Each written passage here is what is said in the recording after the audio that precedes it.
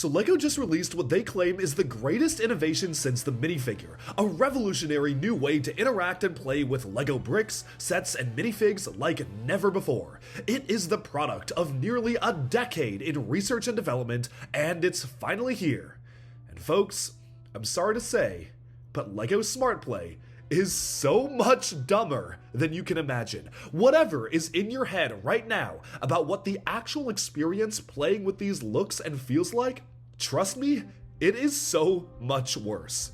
This is a nearly 4-hour-long video where I deep dive into LEGO Smart Play. I pre-ordered all 8 brand new Smart Play sets so I would be able to put out this video on time, and then the sets didn't arrive on time. It's March 3rd and they still are not at my doorstep. LEGO does not want me to get these. So I went to the LEGO store and bought 2 copies of every Smart Play set just so I could have this video out as soon as possible, because I have a lot to say about these. Now, I do want to preface this by saying that this video is largely unscripted. I don't necessarily want to call it a rant because I actually tried to be as fair and unbiased as possible when sharing my thoughts and honest feelings about what it was like to play with the Smart Bricks. There are things that the sets do, that the minifigs do, that the bricks do that are not all bad. There are actually some good things about it. And I do want to note that this is meant to be a very honest and holistic review of Smart Play in all of its forms, how it works to combine the sets with each other, how the play experience actually functions, and I really did my best to be as impartial as possible. I went into this a little skeptical about Smart Play, but you know, I'm a big LEGO fan. I have one of the biggest LEGO collections in the world with over 10,000 sets, and this is something new, and I always love it when LEGO innovates and tries something new, so I really went into this with an open mind, wanting to give it a fair shot, and I genuinely did my best to enjoy the experience. But there are so many things that are baffling about the way that this has been designed, the way the play experience works, the way that these sets interact with each other, and even the way that the advertising is almost a little deceptive in the way that it claims the Smart Bricks work, that I really struggled to not be fully negative in this video. There are some good things, but if you're looking for a positive review, if you're looking for a happy Duck Bricks talking about how much he loves the newest LEGO sets, I'd advise you to watch some of my latest Ninjago videos, because Ninjago has been cooking, and that is probably the best theme currently on shelves right now. Very unfortunately, I do not have very many nice things to say about these, so I am prefacing this by saying that this is going to be a bit of a downer video, and I didn't want to just jump on the hate train of Smart Bricks. I wanted to give them a fair shake. This is just my honest opinion. I do also want to note that none of this is meant to be a personal attack against any of the LEGO designers or the staff involved in bringing Smart Bricks to life.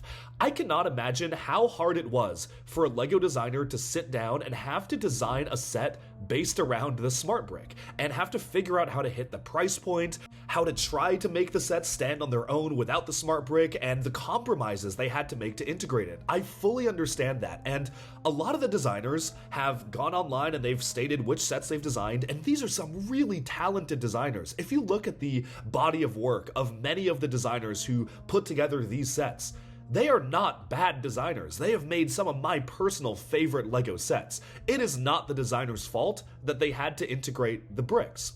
And I really do think that there's just a bit of a poor direction here in terms of how the Smart Brick was designed, why it works the way it does, and honestly, if it took them 10 years to make this, I feel like they should have left it in the oven for 10 more years, because this is not at the level that it should be for a premium product that I expect from the LEGO group. Only the best is good enough, as the slogan goes, but I don't think this is the best. Maybe only the most expensive is the good enough, and well, that would certainly apply to this wave. But without further ado, let's just go ahead and jump in, and if you do want to see individual reviews of just specific Smart Play sets, I do have a section of the video where I just dive in individually to all 8 of the sets and talk about them standalone by themselves. So if you want to see that, I have linked some timestamps in the description, and also if you just want to hear me rant about the cost of these sets, that goes at the very end of the video, so I've timestamped that as well if you just want to hear me talk about the prices, because I feel like that's a whole separate video in and of itself. Without further ado, let's get smart.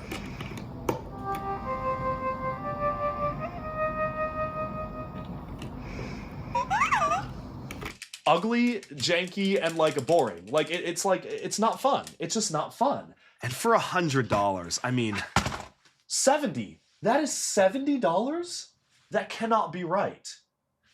Yoda's Hut and Jedi Training, 440 pieces. I'm reading off my screen. I have to have typed that in wrong. There is no way that is $70.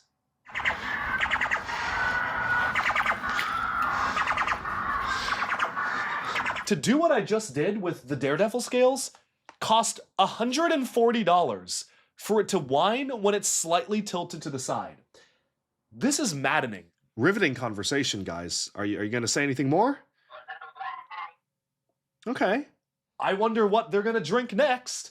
You have, what is this? Yoda's cooking stove, because every kid wants to pretend that they're cooking food for Yoda. Like, that's the pinnacle of digital, like, electronic smart play, is you can cook food for Yoda. You can mix drinks. If you want to recreate Han Solo and Greedo's famous encounter where they shoot each other, you can't even do that because there's no way to put the smart brick into that. Like, that's not a smart brick thing to do because they just talk to each other and there isn't even a shooting noise. Greedo doesn't even say McClunky because they can't say anything because the smart brick can't make vocal sounds.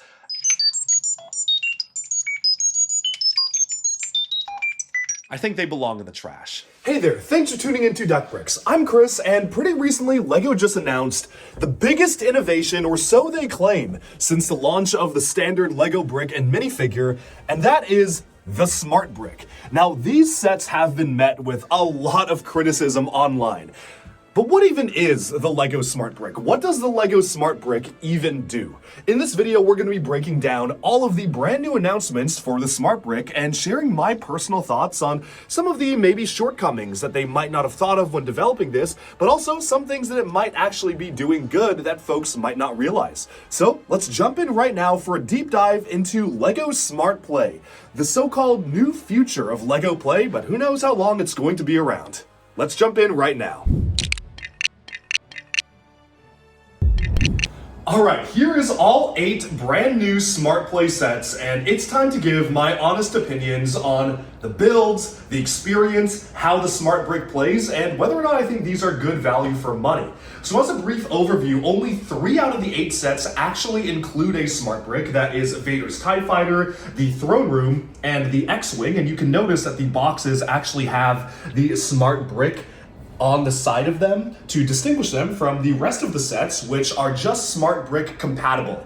And unfortunately, some of the major flagship sets like the Millennium Falcon, which I think a lot of people would really gravitate towards to get, do not actually contain a Smart Brick, meaning that unless you want to play with it normally, like a normal Millennium Falcon or normal LEGO set, you can't actually take advantage of any of the functionality unless you at least buy the smallest Smart Brick set here, which is Darth Vader's TIE Fighter for $70. So at a minimum, to be able to just play with any of these, you need to buy a Smart Brick set here. And now, later this year, there probably will be cheaper sets that contain the Smart Brick, at least if LEGO Pokemon is anything to go by, but it's a really interesting model to start, and I'm very curious to see exactly how fans will respond to these. So with that, let's go ahead and crack these open and jump into a deep dive in the Smart Play experience, my honest thoughts, and let's just see how good or bad these are. So as you can see, you have met me at a very Smart Play time in my life right now. Not only do I have all 8 of the brand new LEGO Star Wars Smart Play sets, but I also have the exclusive LEGO Store sticker sheet, as well as the special trading card that you can get only if you buy Smart Play sets this week, among many other different collectibles related to Smart Play, which is LEGO's big initiative. Unless you've been living under a rock, LEGO had a big announcement earlier this year in January at CES for the very first time in Las Vegas, transforming the Dome into a Smart Play experience, advertising the latest new blend of technology with LEGO. Which, if we look historically, with all the other times LEGO has tried this, clearly it worked out very well for them. Now, what exactly is Smart Play? This is something that LEGO is strongly pushing, but I see still a lot of comments from folks online not being very clear what it is. Now, first, before I actually demonstrate how Smart Play works, it's really important to talk about how this was marketed and how this was pushed, because, spoiler alert, I think that there is maybe a little bit of deceptive marketing going on, potentially not maliciously, but Smart Play, at least in the way that it is marketed and influencers were first asked to talk about it in January, is a very different experience than what it actually feels like to play with these. So Smart Play is a 2x4 brick that is one plate taller than the average brick that is packed full of electronics. And you place it inside a vehicle or a building or some sort of contraption like Yoda's Scales of Justice over there, and it allows you to enhance your play with a digital experience. The way that Smart Play was announced was that you are able to have starfighters fight against each other. There's some sort of scoring system where you can engage in a dogfight with a TIE Fighter versus the X-Wing or a Millennium Falcon. You can actually use the Smart Play to make iconic sounds from the LEGO Star Wars universe and more. We know that the new wave of Pokemon sets coming out later this year that are kid-oriented are all going to be Smart Play compatible, which terrifies me, and we'll get to that later on. But the way that this is advertised is that, okay, I think that it is a very reasonable assumption to assume that, especially with the recent sound bricks that LEGO has been putting out, with some amazing authentic sounds based on that particular IP, is that when I plop this into, let's say, an X-Wing, and Luke is in the cockpit, we hear him say Red 5 standing by. You know, we hear R2-D2 make his signature beeps. We then hear the signature X-Wing sound as it flies around. You hear the authentic Star Wars laser shooting sounds, and the same thing when you put it into a TIE Fighter. You would expect that you hear Darth Vader say his iconic lines, "No, I am your father." You expect it to make the TIE Fighter's screeching sound as it flies through the air. And I feel like that is not a very unreasonable assumption to make. When you're marketing this as giving you an authentic play experience with lights and sounds to bring the characters to life, the galaxy plays back.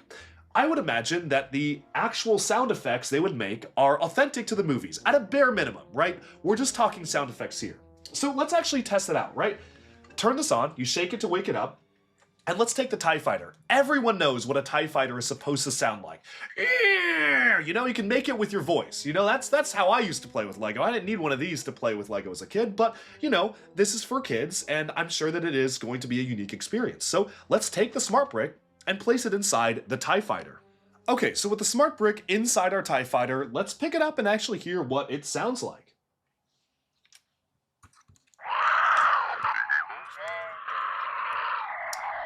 Okay, well, that doesn't really sound like a TIE Fighter.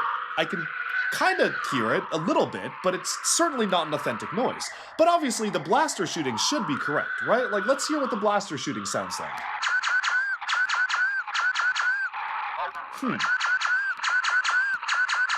So that is not a noise from the Star Wars universe. And maybe if you're not super well versed in the Star Wars world, that maybe it could sound like an approximation of what the noises are supposed to be like, but it's clearly not the actual correct sound. It is almost like a knockoff toy sound where they couldn't use the actual Star Wars sound effects, so they had to come up with something else. But it gets stranger and stranger. So let's take a minifigure, right? We'll take Chewbacca here. Chewbacca makes some pretty iconic noises, so let's hear what Smart Brick Chewbacca sounds like.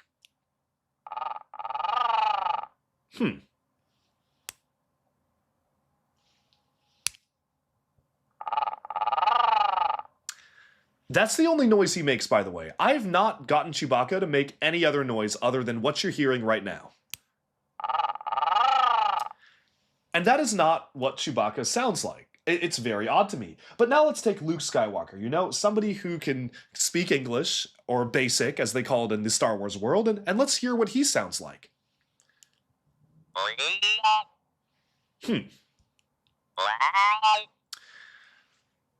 It's a little endearing, I'll give it that, but I don't know why that's supposed to make me think Luke Skywalker, right? Like, that voice doesn't scream Luke Skywalker to me, and to be fair, they do sound different per character, right? Let's take Princess Leia. So it's the same noise, but just slightly higher pitched. They're playing the same few noises, but at a different pitch, right? Let's take C-3PO.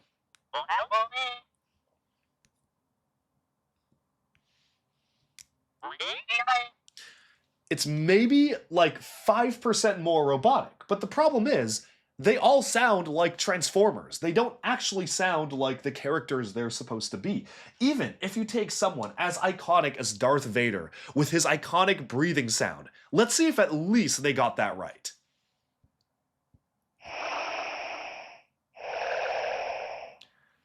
That's not right. That is not the Darth Vader breathing sound. And I feel like with LEGO Star Wars, with noises as iconic and sound design as iconic as Star Wars is as a franchise, it is baffling to me how they did not bother to actually get the sounds right. And this actually goes deep into how the smart brick actually works, right? So why could they not get the actual sounds? Well, the reason for it is that the smart brick doesn't have a traditional speaker. Instead, it has an 8-bit synthesizer.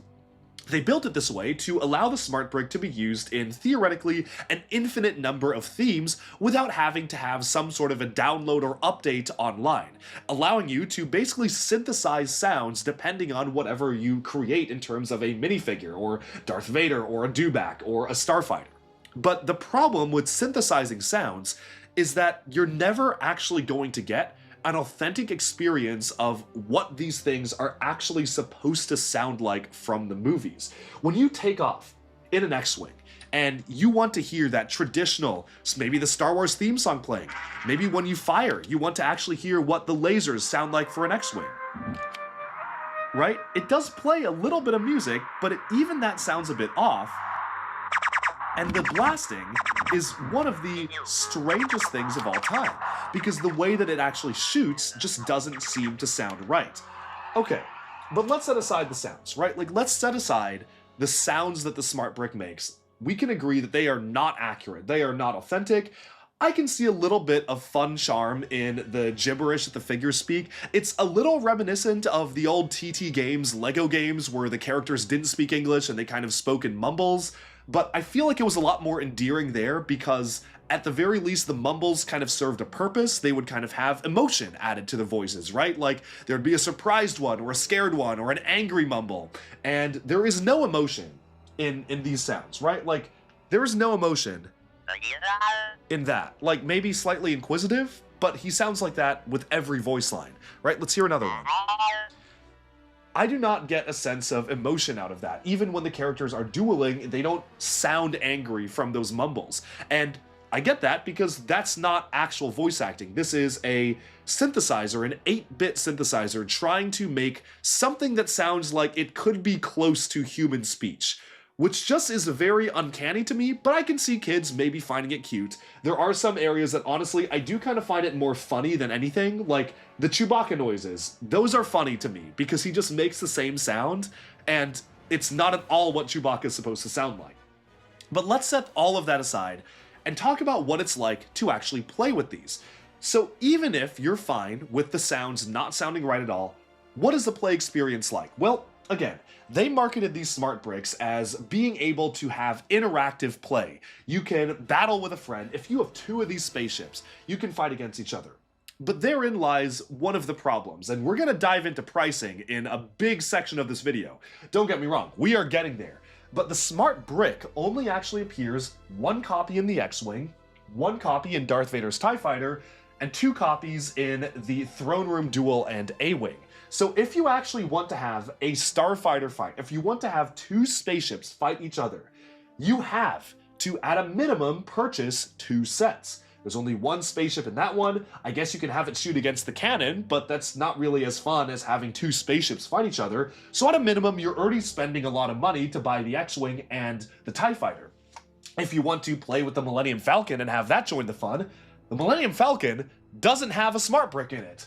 Why? Well, I think we all know why. It's because LEGO realized that the Millennium Falcon is maybe the most iconic thing they could have done for smart play in Star Wars, and kids would buy the Millennium Falcon, and you open up the instruction manual, and at the end of every single manual, there is several pages dedicated to how, if you had a smart brick, you would be able to bring all of the amazing play features to life.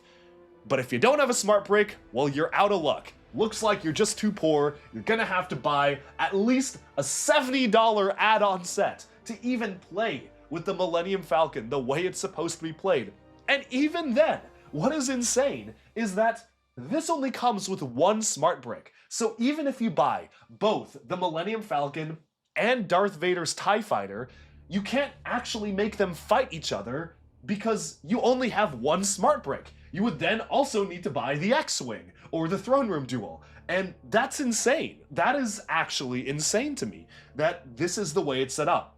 And I find myself veering very quickly into the price and value territory of the video, which I did not want to get to yet at this point in the video. I haven't even shown you how any of these work. So we're gonna table that discussion for now and take a look at, well, how does it actually work to play against each other?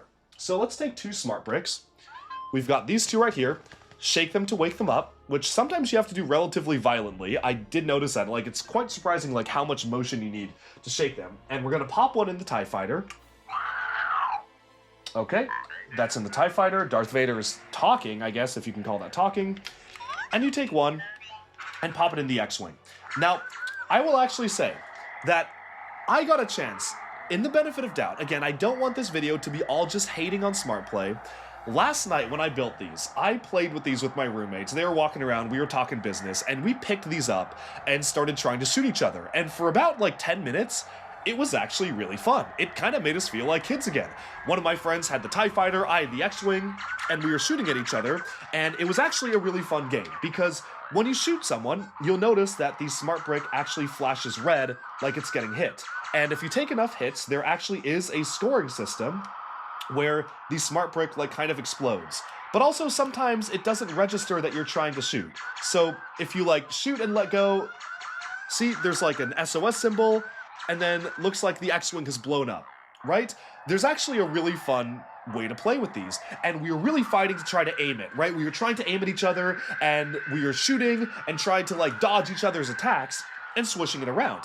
Basically the way that you would play it as if they were normal sets, but at least they make sound effects, and while the sound effects don't really sound like what they're supposed to, you can actually get a little bit of fun out of hearing the sounds and trying to shoot each other. But then we realized something very important, and that is that because the way the smart brick technology works, there is no proximity sense, there is no directionality to them. The TIE Fighter doesn't know that if I'm holding it like this and shooting, it doesn't know that it's shooting forwards.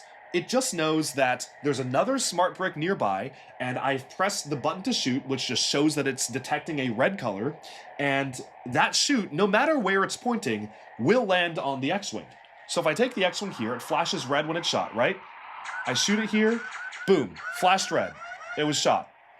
But if I take the X-Wing over here, and it's like facing completely the other way, and the TIE Fighter is facing the wrong way, and I shoot, it still gets hit. So as soon as we realized that, it honestly took a lot of the fun away from trying to actually land hits on each other.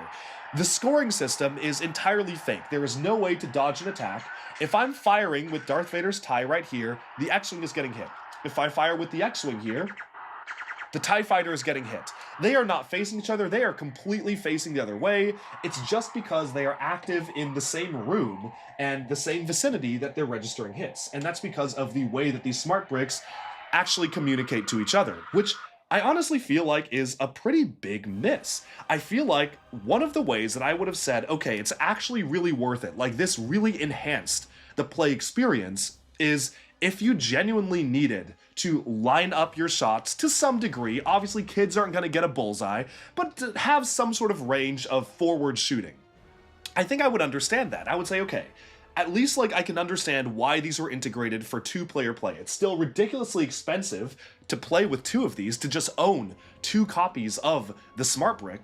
But let's say if it actually had a scoring system that worked, I would say that, okay, I can justify that in my mind. But the problem is, that's not how they work. And so, with that removed, if there is no actual competitive aspect to the way that these bricks function, what is stopping me from putting these bricks down, taking the TIE Fighter, taking the X-Wing, getting a friend of mine as a kid, and going like this? You know, like, it's the same thing. This did not add anything other than sound effects at that point. It genuinely didn't add anything to my experience. There is no cooldown timer on shooting. There is no real way to dodge. all you need to do is press and hold the firing button. You don't even need to really let go. You can this is a way to fire by pressing the red button, but you don't need to do this. You can just press and hold it and it will just keep shooting in a continuous stream. You'll probably have a better bet at landing hits by doing that. I don't understand why it was so expensive and they even needed the bricks to have that level of communication if they couldn't get the technology there to genuinely make it into a game. Because this isn't a game, this is just imaginative play.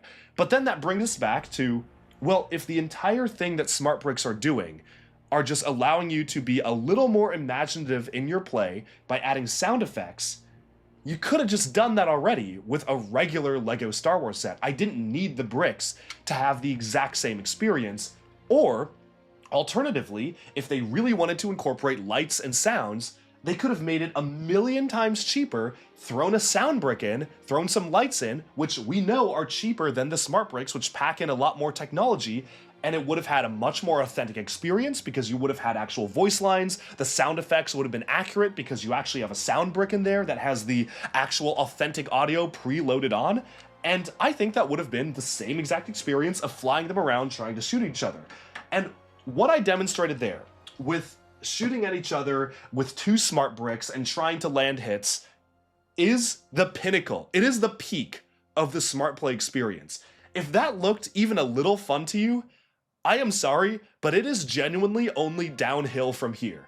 So let's take a look at the price ranges of the smart play sets. The smallest set does not include a smart brick, and that is Luke's Landspeeder, retailing for $40, which cannot be right, but somehow it is. The next one is Darth Vader's TIE Fighter, retailing for $70. You then have Yoda's Hut, retailing for $70. You have Luke's X-Wing, retailing for $90. And then you have the AT-ST for $50, the Mos Eisley Cantina for $80, the Millennium Falcon for $100, and the Throne Room Duel and A-Wing for $160. That is a lot of money to spend on all of these smart brick sets. But the thing is, only 3 out of the 8 sets actually have the smart brick integrated into them. So if you were to buy the Millennium Falcon, the Landspeeder, Yoda's Hut, the Mos Eisley Cantina, or the AT-ST by themselves, there are a ton of features that literally just don't do anything. I think that the worst offender of this is probably the Millennium Falcon. This Millennium Falcon is $100. It is very small. It is a lot smaller than most Millennium Falcons. And what does it make up for in terms of functionality? Well, there's an awkward red handle on the side that does nothing because you don't have the smart brick with it. There's a gear, a very noticeable gear on the side, that also does nothing because there's no smart brick. There is a removable fuel section, which I guess looks cool, but also doesn't do anything because it is built for the smart brick to interact with, and you don't have the smart brick in the set. I also like to affectionately call this piece of the set the Admiral Akbar section, and we're gonna get into why in a little bit.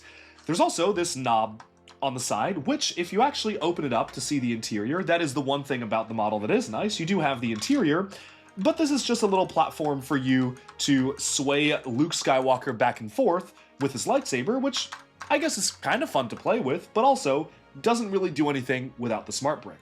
Because of that, your trade-offs are that there is a giant hole on the side of the cockpit for the smart brick to go into. There is no attempt to cover it up. There's no attempt to at least brick build in something that maybe could go over the smart brick, or you could replace with the smart brick. There's a lot of like extra red levers and functions, which again, this is made for kids to play with, so I do understand that.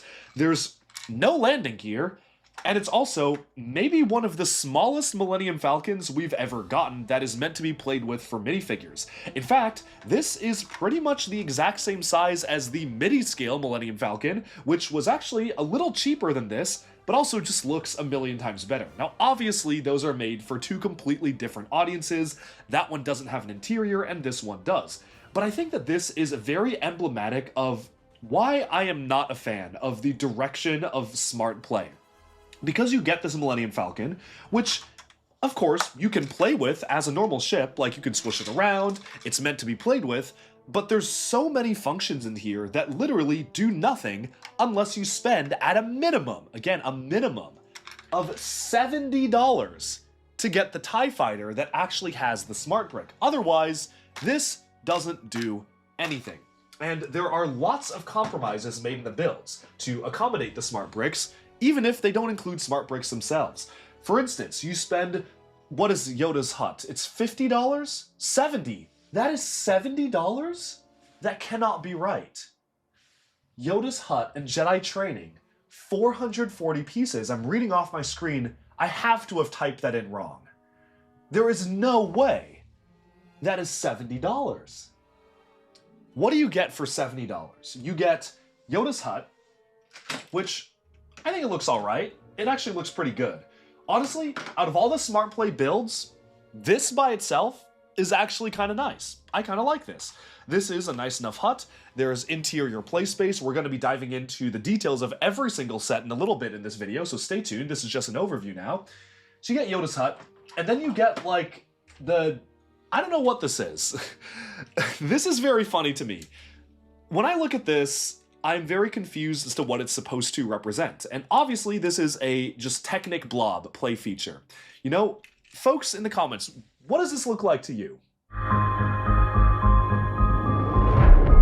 I mean, looking at this makes me wish I was Daredevil, because at least I would be blind and I wouldn't have to actually gaze upon whatever this is supposed to be in a Lego set. Now here's the thing. I understand that this is made to play with. The way the play function works is you have a number of these different weights, and let's see if I can actually balance this while I'm holding it in midair. Probably not.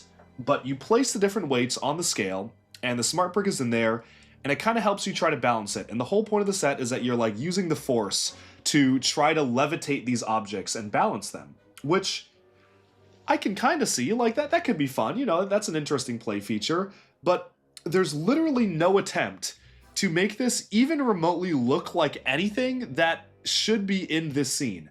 I think they could have done a really good job at integrating this function into a Dagobah tree. For $70, $70 for this and the hut, there was a way to make this look like a tree. I totally believe there was a way to make this look like a Dagobah tree. You could have the tree branches, you balance them on the leaves, maybe there's a point where you can actually stick them on, so you try to balance them, and it's like the tree is swaying back and forth, right? And Luke is in the middle of the tree. At the very least, would it have still looked really janky? Yes, like it would have looked weird, but they made literally no attempt to even try to hide this or make it look good, where there's a difference between something being made for kids and something that is actually just not a good toy or not a good thing to look at in general. This is the biggest offender, because the Smart Play integrated into this, literally all it does, let's shake awake a smart brick, you know, we'll put a thing here, we'll put Luke here. Okay, it starts to play the sound, he then starts talking, and when I sway it back and forth,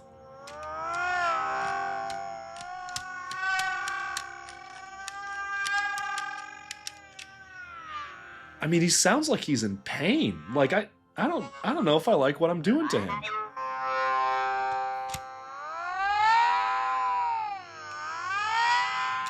Like, I don't know what that's supposed to represent. I guess if he's unbalanced with the dark side and light side, then he kind of complains about it. Like, this, listen, if this was actually a cool function, right? Like, if it looked like this, and it did something with the electronics that I genuinely think is mind-blowing, like, awesome, okay, I understand it. I know why you had to build that in, because it does something cool with the electronics. Maybe I could forgive it. But all it does is it kind of detects when you're tilting it back and forth, and then it whines. I think the best noise I can make, the best word I can make to describe that noise is it whines when you have it tilted a different way. And that doesn't really feel exciting to me. I don't think as a kid I would have been very excited. I don't speak for all children, even though I am a child at heart. I don't think I would have liked that. As an adult, it certainly isn't interesting, and it certainly feels like a waste of parts to have Daredevil's scales in the $70 Yoda's Hut set for it to just integrate the smart brick, which again, you need to pay. What I just showed you cost me $140, by the way, because I had to pay $70 for that. and at a minimum I had to pay $70 for the smallest set with a smart brick in it. So to do what I just did with the Daredevil scales cost $140 for it to whine when it's slightly tilted to the side. This is maddening to me. I think that I have not felt more frustrated with how misguided a new LEGO release has been more than with the smart brick. I have not liked some of the things that LEGO does. I have not liked the direction of Star Wars. I have not loved a lot of the direction of, like, the black box icon display model slop, which isn't very interesting. Like, as much as I collect all LEGO, and I love LEGO so much as a company, and I want them to succeed, I honestly have not loved a lot of things, but I think this takes the cake. I think that this is quite bad. And I'm very excited to talk about my feelings on this and why this frustrates me a lot. Because I think that with a little bit of tweaking, Smart Play could have been actually really cool. As I said, if Smart Bricks, you could have charged the exact same price, you could have had the exact same setup. All they needed to do was make the actual iconic noises. If I popped it in the TIE Fighter and it made the iconic TIE Fighter screech, if I plopped it in front of the Emperor and I heard his, like, actual cackle, instead of, let's hear it, right? If I heard the Emperor actually cackling the way he's supposed to, instead of this, right? If he didn't make that sound, I think I would be the #1 Smart Bricks glazer. I would have said, okay, look, they're very expensive. Is it a little predatory what they're doing with the Millennium Falcon not having a smart brick and stuff like that? Yes. But at the end of the day, it's still cool because you have the actual sound effects and you add lights. And especially if they had a good scoring system in the way that, like, when I was shooting and demonstrating earlier with the TIE Fighter and X-Wing, if you actually had to aim and you could dodge attacks, then I would be like, okay, that is pretty cool technology. I think it could be worth it. I would become the #1 Smart Bricks glazer. I would become Glaze Bricks. But it doesn't do any of that. The sound effects aren't right, so for kids who really care about Star Wars enough that they want to hear the actual sounds, this isn't for them. They're going to hear the sounds and be like, that sounds wrong, that sounds like a knockoff toy. It's not for the competitive kids who want to be able to battle their friends with smart bricks and shoot at each other, because the best part about LEGO making competitive games like Ninjago Spinjitzu is that there is a little bit of skill required to defeat your opponent. It's not just random. But you just need to be in the same room as someone else with a smart brick, and if you shoot the gun, it will hit the other guy no matter what you're doing. I could be on the other side of that room and fire the gun on the X-Wing, and the TIE Fighter in the other side of the room facing in the other direction is going to get hit. That is not a competitive game. That is just the same as using your imagination that says, oh, I hit you, right? Like, that is using your imagination, which is great. I love imaginative play for kids. But then why did I need the smart brick to cost $70 for this, $90 for this, and $160, right? $160 for this? Why did I need the smart brick to be able to tell my friend across the room, hey, my X-Wing just shot your TIE Fighter when he's facing his back to me? You know? I can do that already. Like, there was no level of actual play when it comes to the smart bricks. And so if it doesn't do that, the coolest thing advertised was you could duel each other. That was the one thing I was like, when I saw the press release, I said, okay, that sounds cool. That sounds exciting. They're doing this for Pokemon. You can actually do Pokemon battles. That's awesome. That sounds very cool. No, it is not cool. No, it's not awesome, because there's no dodging. There is no real way. I don't even understand how many hit points I have before the thing blows up. I guess you can kind of figure that out by playing with it over and over again, but it just feels so misguided when the coolest thing you're advertising doesn't work. The two coolest things, authentic sounds and battling with each other, don't work. So then what are you left with? You're left with the Daredevil scales, which kind of like whine at you. You're left with the lightsaber dueling, which make lightsaber sounds, which I guess is cool, but also you can just do that with your mounts. Like, you don't need to have a smart brick do that. And they don't even glow the color of the lightsabers, by the way. Like, when you put it on Luke's, it should glow green, and when you put it on Vader's, it should glow red, right? Like, that makes sense. It doesn't even do that. It just glows a generic color. So it doesn't even do that. You have the Mos Eisley Cantina, like, drink mixer, because that's what I love about Star Wars. It's mixing drinks, you know? That's like every 6-year-old wants to be behind the bar at the Mos Eisley Cantina making drinks with different ingredients. I wonder what they're gonna drink next. You have, what is this? Yoda's cooking stove, because every kid wants to pretend that they're cooking food for Yoda. Like, that's the pinnacle of digital, like, electronic smart play, is you can cook food for Yoda. You can mix drinks. If you want to recreate Han Solo and Greedo's famous encounter where they shoot each other, you can't even do that because there's no way to put the smart brick into that. Like, that's not a smart brick thing to do because they just talk to each other and there isn't even a shooting noise. Greedo doesn't even say McClunky because they can't say anything because the smart brick can't make vocal sounds. It's just, I think there's a million things here, and I am rambling. I am getting off track because smart bricks frustrate me greatly. So to get this back on track, I do want to recenter our discussion on taking a look at the individual sets and also just talking about value. I want to end the video by talking about value here. So let's take a look at every individual set. I will do like an individual review of all the sets, give them a fair shake, and then we're going to come back and talk about value. So let's get smart. So as we jump in here, there are a few logistical things that honestly are just facts about the Smart Play system that I simply want to get out of the way because most of this video will be talking about the functionality and the pricing, but there are just some plain facts about the system that I just find very entertaining, and I would just like to state that for the video. Smart Play launched on March 1st, 2026, however, it is currently not available in Canada, Mexico, and most of Europe, including Billund, Denmark, home of the LEGO Group.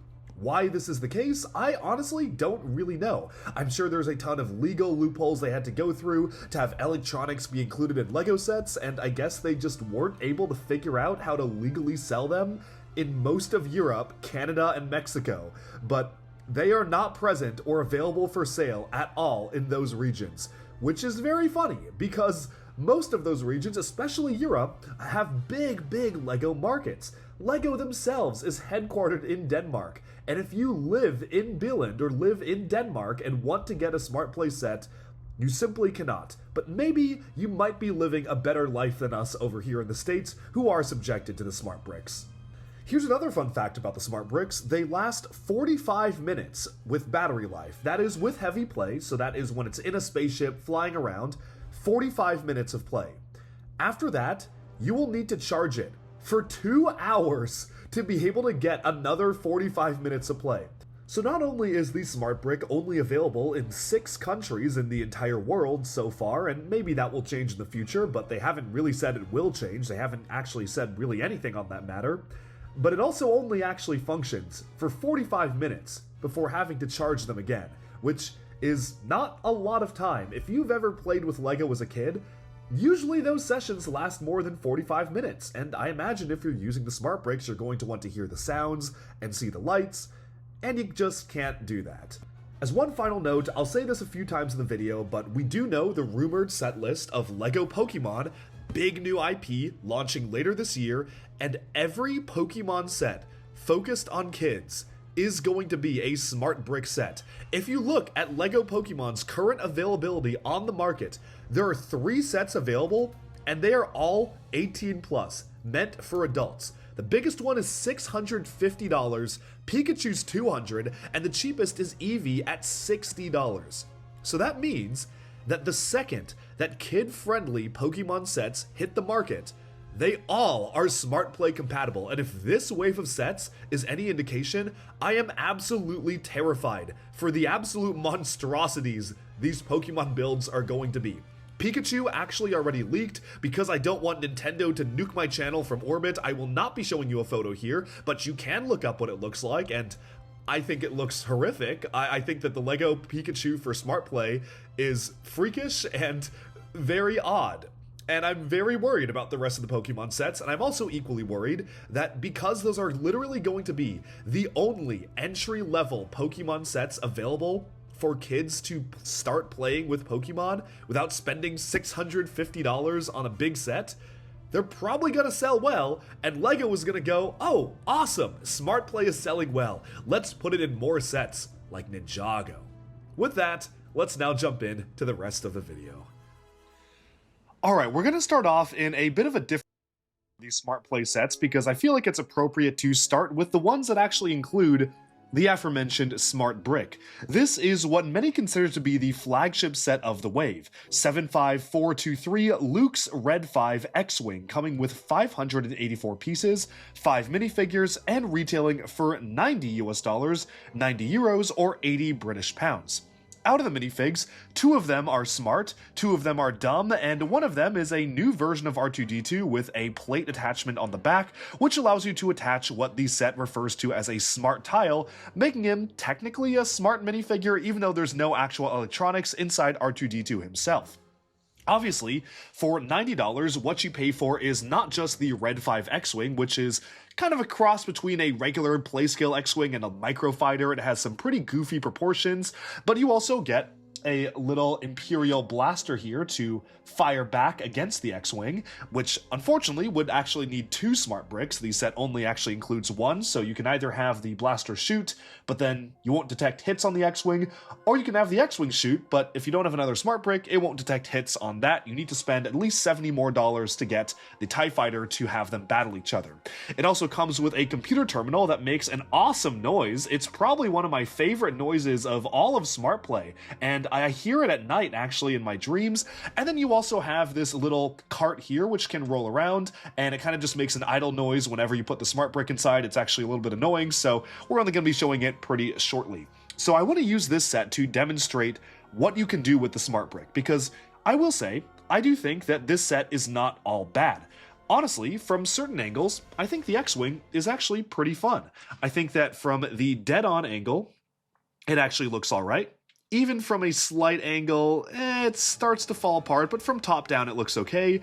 From the side, I think that it looks very awkward. It utilizes this large, like, juniorized 4+ X-Wing piece at the bottom here, which is quite strange. And strangely enough, these Smart Play sets are very inconsistent as to whether or not they actually include space to store the weapons. I just stuck the lightsaber on the end of the landing gear there, which I guess that kind of works. I don't think that's intentional, though. Like, I don't think you're supposed to do that. The instructions don't show you doing that. But I did want a place to put the lightsaber while Luke is in the cockpit, so it's at the bottom there. One of the things you'll notice is that to accommodate the smart brick, they have developed a brand new cockpit piece for the X-Wing. And while I do not like how it looks on the X-Wing, it is obviously way too short, I do feel like this is actually a potentially pretty useful new element for LEGO sets. I actually kind of like the geometry of it. I feel like it is a pretty useful shape to get, so I actually kind of like it. It reminds me of some of the cockpits we would get back in the day. It's like an angled and geometric version of the similar sized cockpit we would get in the very first Jedi Starfighters, so I actually kind of like that, and I'm excited to see this appear in other sets. One of the fun play features of the set is that the smart brick, the way it works is that there is a light sensor. So when it detects the color red, it knows that that means shoot. So there's a big red button on the back here, and when you press it, there's actually a really clever mechanism to have a spring-loaded actuator here that allows you to move the entire smart brick forwards so it knows that red is detected and it knows to shoot. I'm going to demonstrate what that looks like here really quickly, and we'll just show how it works with the X-Wing. You wake up the smart brick, and when you place it in the X-Wing, it plays a sound. Shows that it's fired up. Then it waits for you to fly the ship around, so now, let's say I'm flying it around. It actually makes a sound that sort of sounds like it's flying, but not like any X-Wing I know. I'm going to shut up now so you can hear the sound a little bit.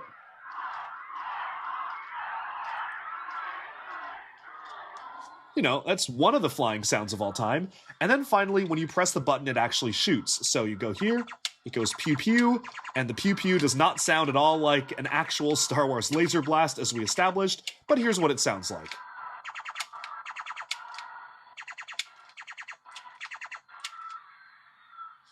So one thing that you'll notice is that it's actually a little bit inconsistent. Like right now, I'm pressing down the firing button, but it's not making the firing noise. It's going to wait for me to pull it back and then press it again to make the pew pew noise. But if you press and hold it, it'll shoot for 3 times and then stop, and then you kind of have to let go and do it again. Or you can just go like this and try to time it, so it'll be firing continuously. But it's a little finicky, and there are times, especially when I was playing with it, where I was expecting that every time I press the button, I would expect it to fire, and it just doesn't do that. It's like not super consistent with the firing, and that's just one thing that I feel like is a limitation of the technology, where it's constantly trying to scan, but it's only scanning a color when this is flashing. So when that light is flashing, it's trying to scan a color. You'll notice that when I put my finger in front of it, it thought my finger was a red Lego brick for a second, so it fired as well. So again, it's a little inconsistent with how it works, but that's kind of the way that Smart Brick functions. Now, it does do a couple of different things when you place different figures inside. We're going to take a much closer look at this R2-D2 later on because he does factor in a brand new element, but let's just go ahead and put R2-D2 in the cockpit right now. And that is probably the most authentic character sound of all of them, and I actually kind of like that one. Since the Smart Brick, as I mentioned, only uses an 8-bit synthesizer to generate sounds, R2-D2 actually sounds right, and there are different sounds depending on what characters you have in the cockpit. So if it's just R2-D2 kind of automatically piloting the X-Wing, you can hear the different sounds the blasters are making, but you also occasionally hear right there, an R2-D2 sound. And the cool thing is that it knows if the brick is upside down, so if you have the ship crash and go upside down with just R2 in the cockpit, he's going to let out a screech that sounds a lot like R2-D2. So let's hear what that sounds like now.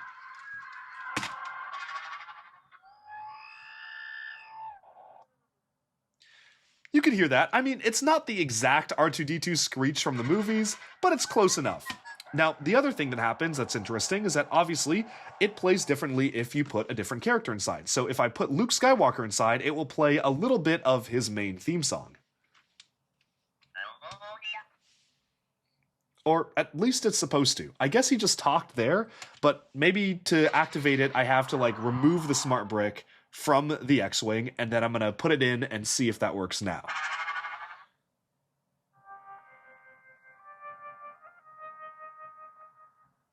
There you go. You can sort of hear what that's supposed to sound like. It just plays the first few notes, but honestly, the sounds and soundtracks are some of my favorite noises the Smart Brick actually makes when it's actually trying to play music, because you can get behind the 8-bit sort of like goofy sounds that it makes, because obviously it is just using a synthesizer and at least you can recognize the tune.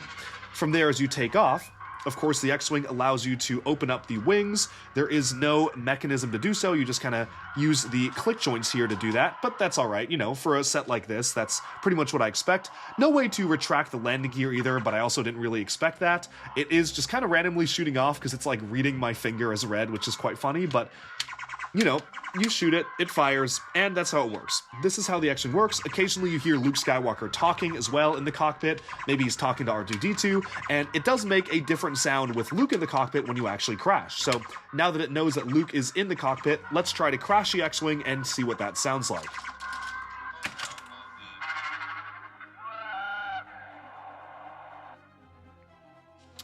There you go. So he made kind of a what sound, which I guess is okay for what you're trying to do, and that's what it is.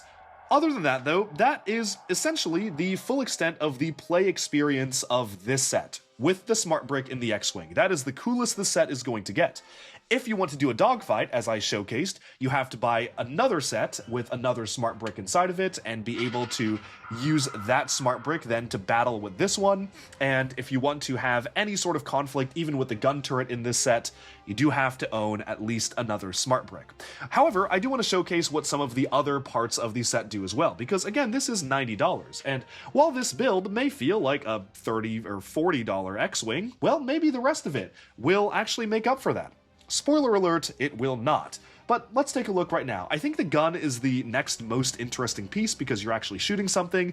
Again, this is the red piece that allows you to detect red, and as far as I can tell, this is a brand new piece developed specifically for Smart Play. I am not up to date on my Technic backlog even from last year, so my apologies if this did appear in a Technic set and I just haven't built it yet, so I wouldn't know, but almost all the Smart Brick sets have it, and it basically allows you to have the simplest firing mechanism possible, so the Smart Brick just detects a red Lego piece and knows that it's shooting. So let's go ahead and put it in and see what that sounds like.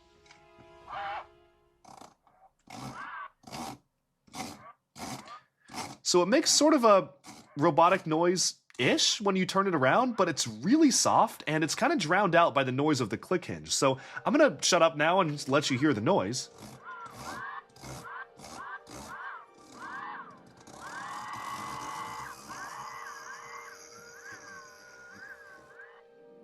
And the one thing I do like is that as soon as you stop moving the turret, the noise actually stops. It's actually pretty consistent. Like, I can move it a little bit and it'll make the noise.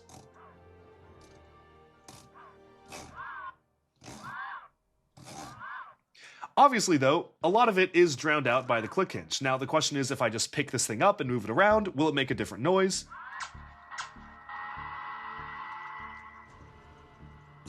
And the answer is no. It just depends on the speed at which it's moving. The noise will increase in frequency. Of course, you do have the option to fire here by pressing this button, so let's just practice doing that.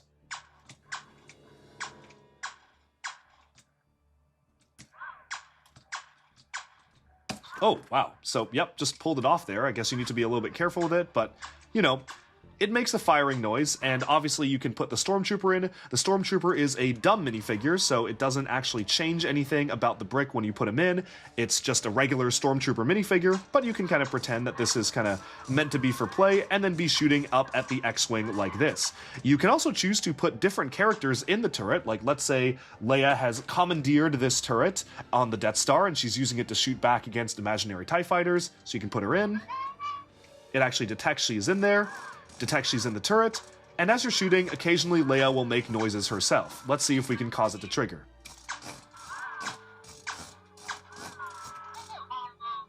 See, so it does play different noises, but it's not quite as advanced as you would think. Like, for instance, I think it would be really cool if it had some sort of different interaction if, say, you put Leia inside a Death Star turret, which obviously she has commandeered. I don't know what they would do differently, but I wish that there was just more ways to interact with the characters interfacing with specific objects. Like, it should be different when I put Darth Vader in Luke's X-Wing versus Luke in his X-Wing, or Luke in Darth Vader's TIE Fighter. But effectively, the only difference is that this smart brick, will just cycle sounds. So the way it works is that if this is in the X-Wing or in a turret or whatever, it will play the sounds of the vehicle, and then it will occasionally intersperse talking sounds of the minifigures, which it also makes when you just bring the minifigure close to it, like this.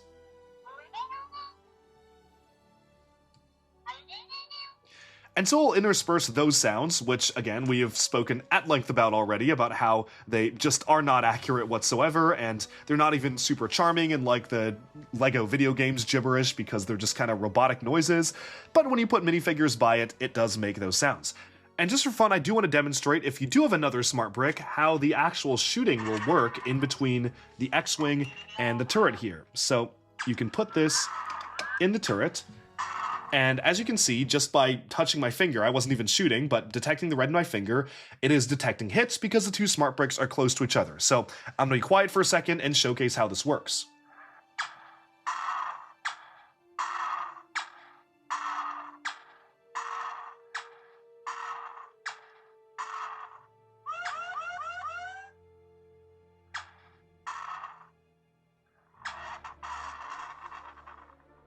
So as you can see, I have blown up the X-Wing, but then it's just ready to go, right? It doesn't need repairs. You can do repairs as part of the play, right? You can do repairs as part of the play and pretend that you're repairing it, but it doesn't actually matter for the play. It doesn't really affect the fact that you just got shot down. And then the same thing happens here. You can press the button to fire at the turret.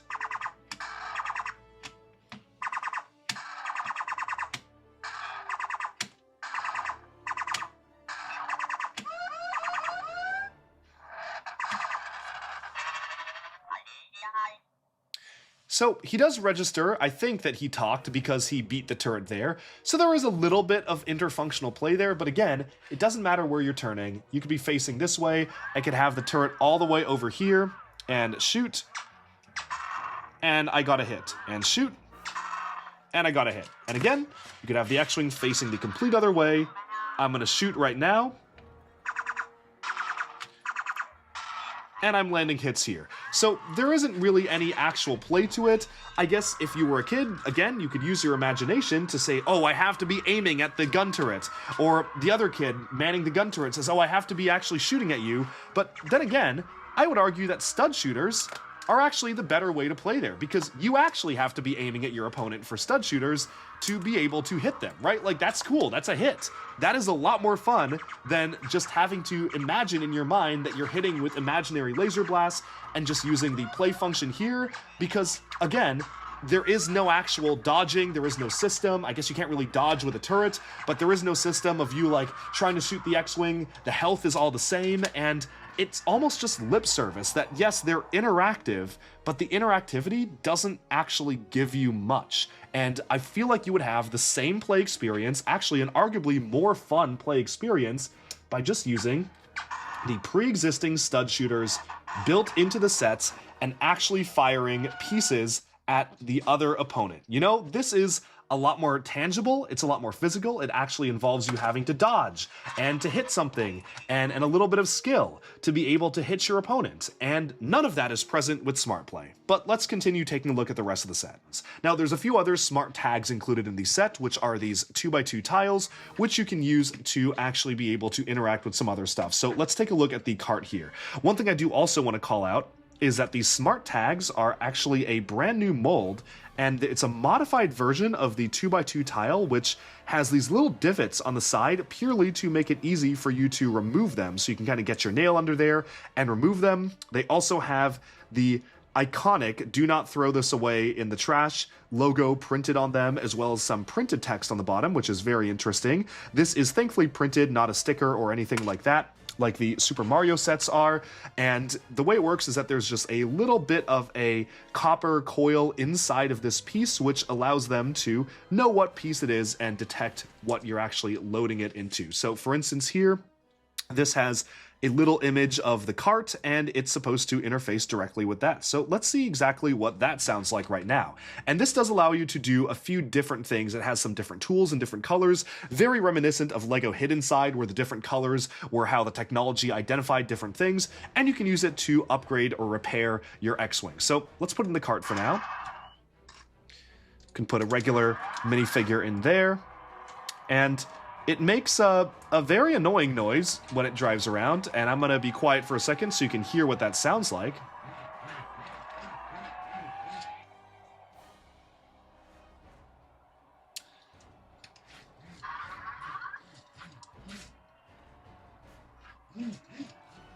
See, the thing is, this noise is not very different to me than the X-Wing noise. The flying noise is not very distinguishable from the driving noise, and I've seen demos of the Smart Brick that they actually put it in demo mode and had it for like Lego City cars and stuff like that, which is not present here, and all the noises just kind of sound the same. But one of the things that you can do with this is that when you put the Smart Brick inside the X-Wing, as it's detecting those colors, one of the things that's consistent throughout all of these Smart Play sets is that they have different colors to represent fuel versus repairs. So if you want to fuel up the vehicle, just get this piece of blue fuel right here, stick it onto the side of the Smart Brick, and it will make a fuel gurgling sound.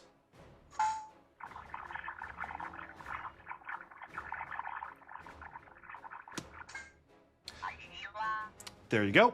I kind of wish that there was some better way to actually represent like that needed to happen maybe for play. I guess it would be annoying to have to fuel it every time, but it would be cool if even like the Smart Brick in a vehicle would flash red when it's time to refuel it or something like that. Just something to add more levels to making this actually a part of the play experience, but it's not really part of the play experience. All it does is it detects the color blue and it plays a sound effect. There is no actual internal tracking of is this fueled up or no, and there's no internal tracking of damage, which was something that I was really surprised by. This green hammer, they've recolored Thor's hammer in green.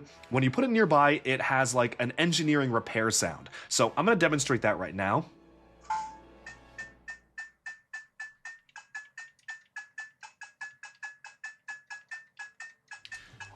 And you take it away and it's good to go.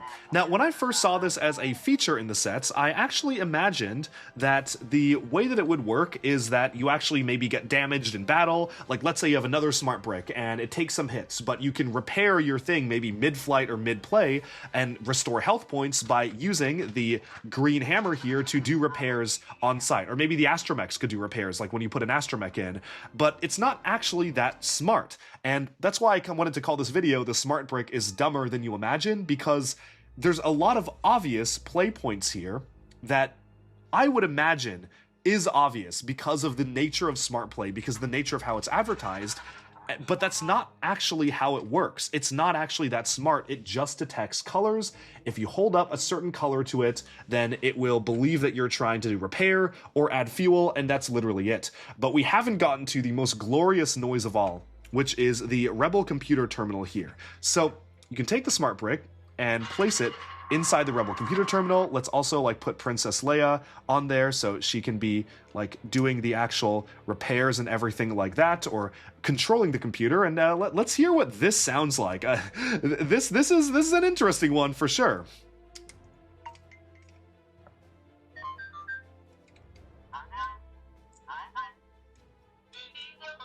Okay, it's not making the noises yet. I think Leia's talking to it, but now let's try it. Oh, did the battery just die? Oh, there we go. Yeah!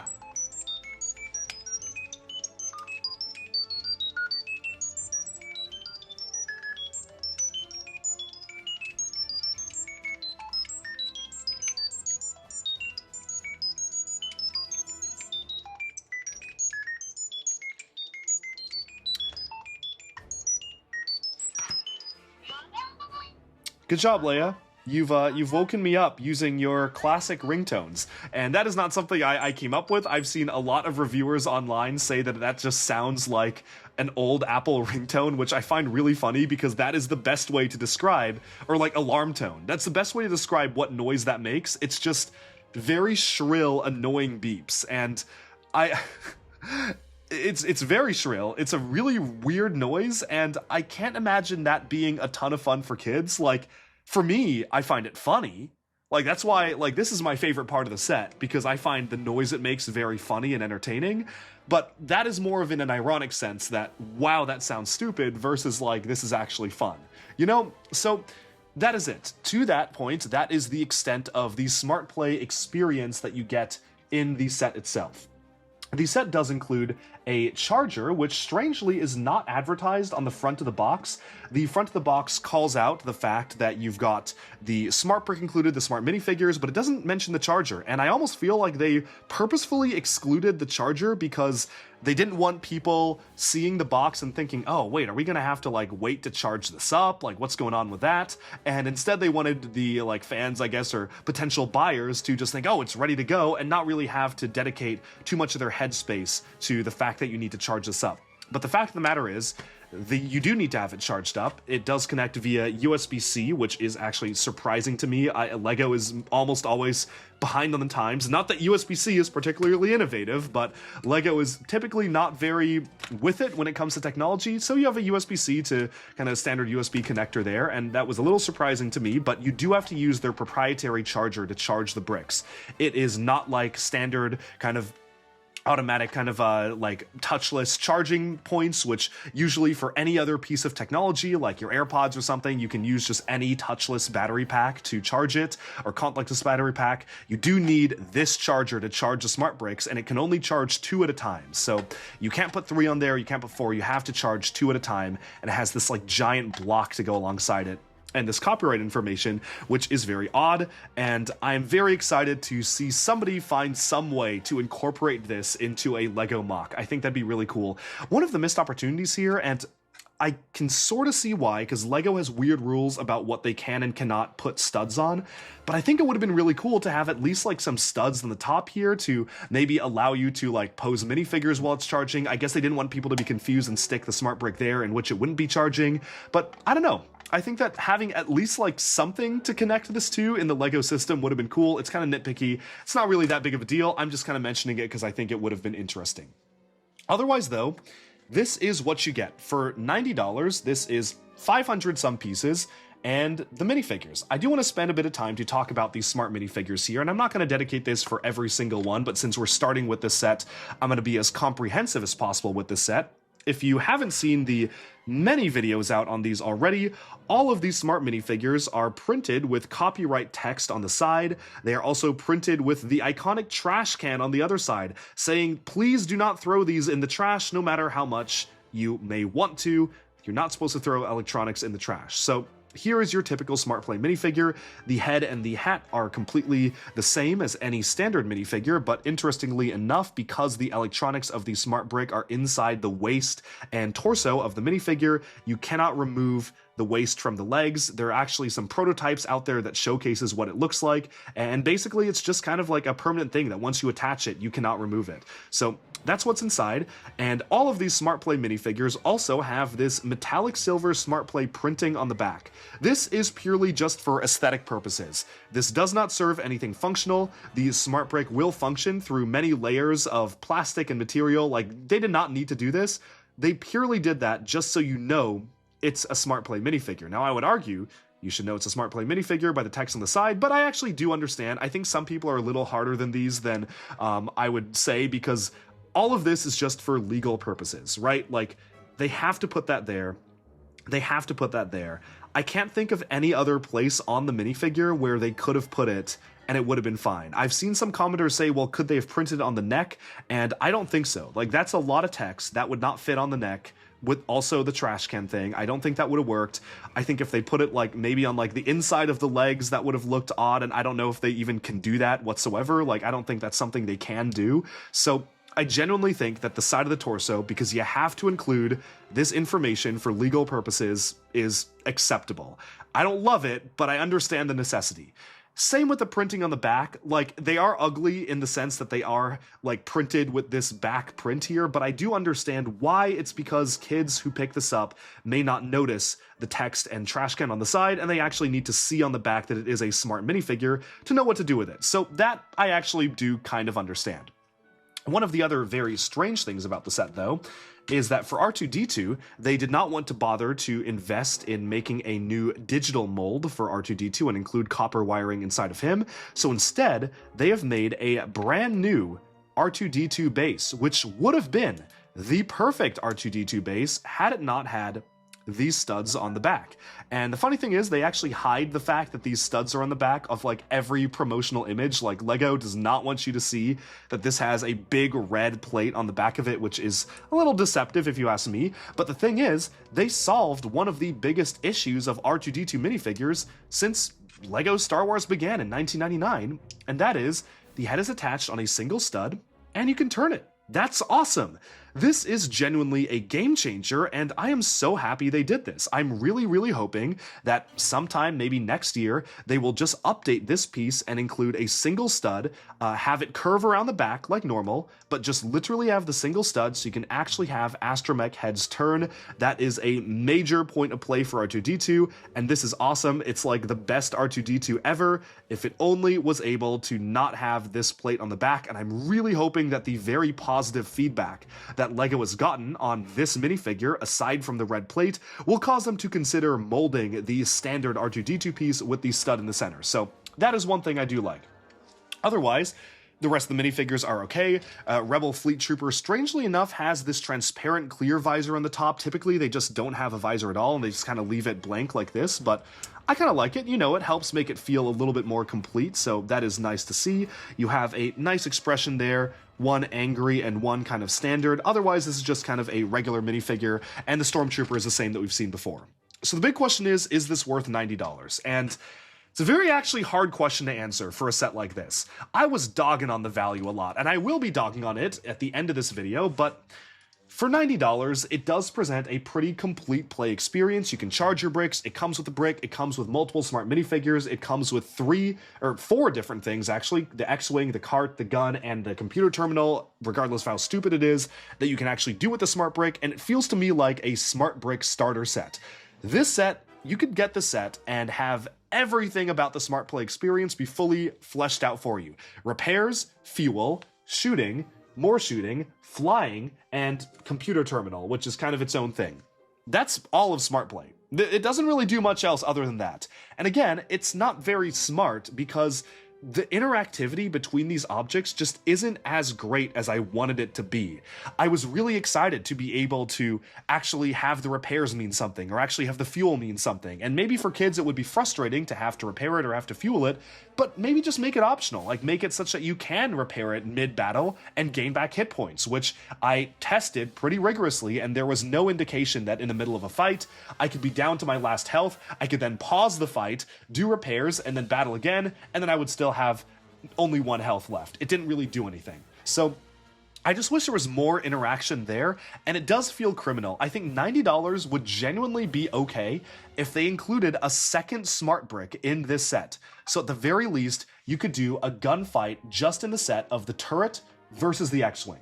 You know, that is actually a really cool way to play with it, and it's the biggest issue I have with this set, is that there's so much potential of mixed play here, but you can't actually do it with only 1 smart brick. And for $90, having only a little over 500 pieces, I understand that it costs more to make the smart minifigures and the tiles and the brick, but even then, let's say the smart brick is worth like $15, maybe $20 with the charger, $20 with the charger.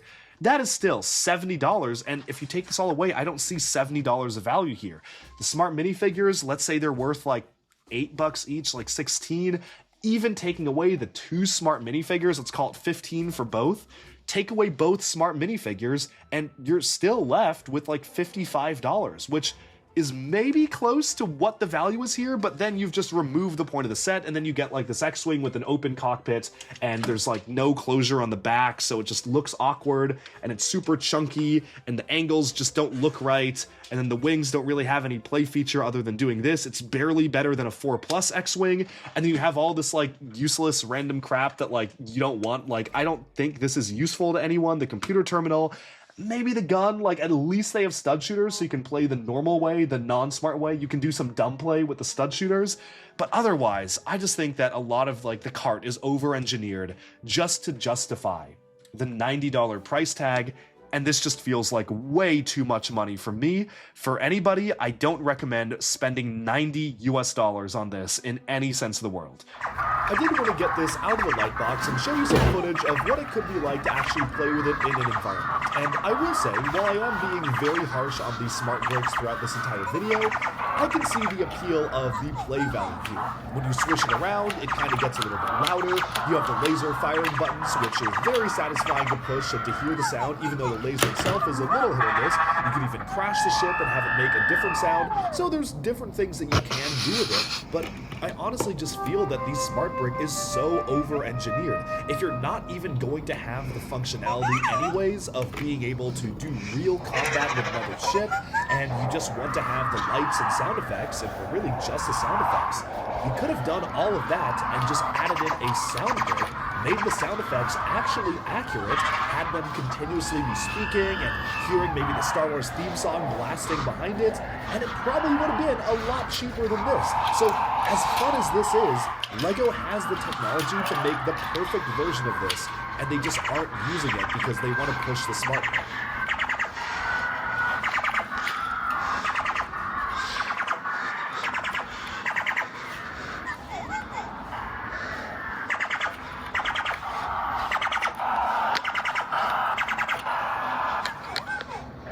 But that's just the first set, so let's take a look at the other ones. Alright, so here we have our next Smart Play and Smart Brick included set.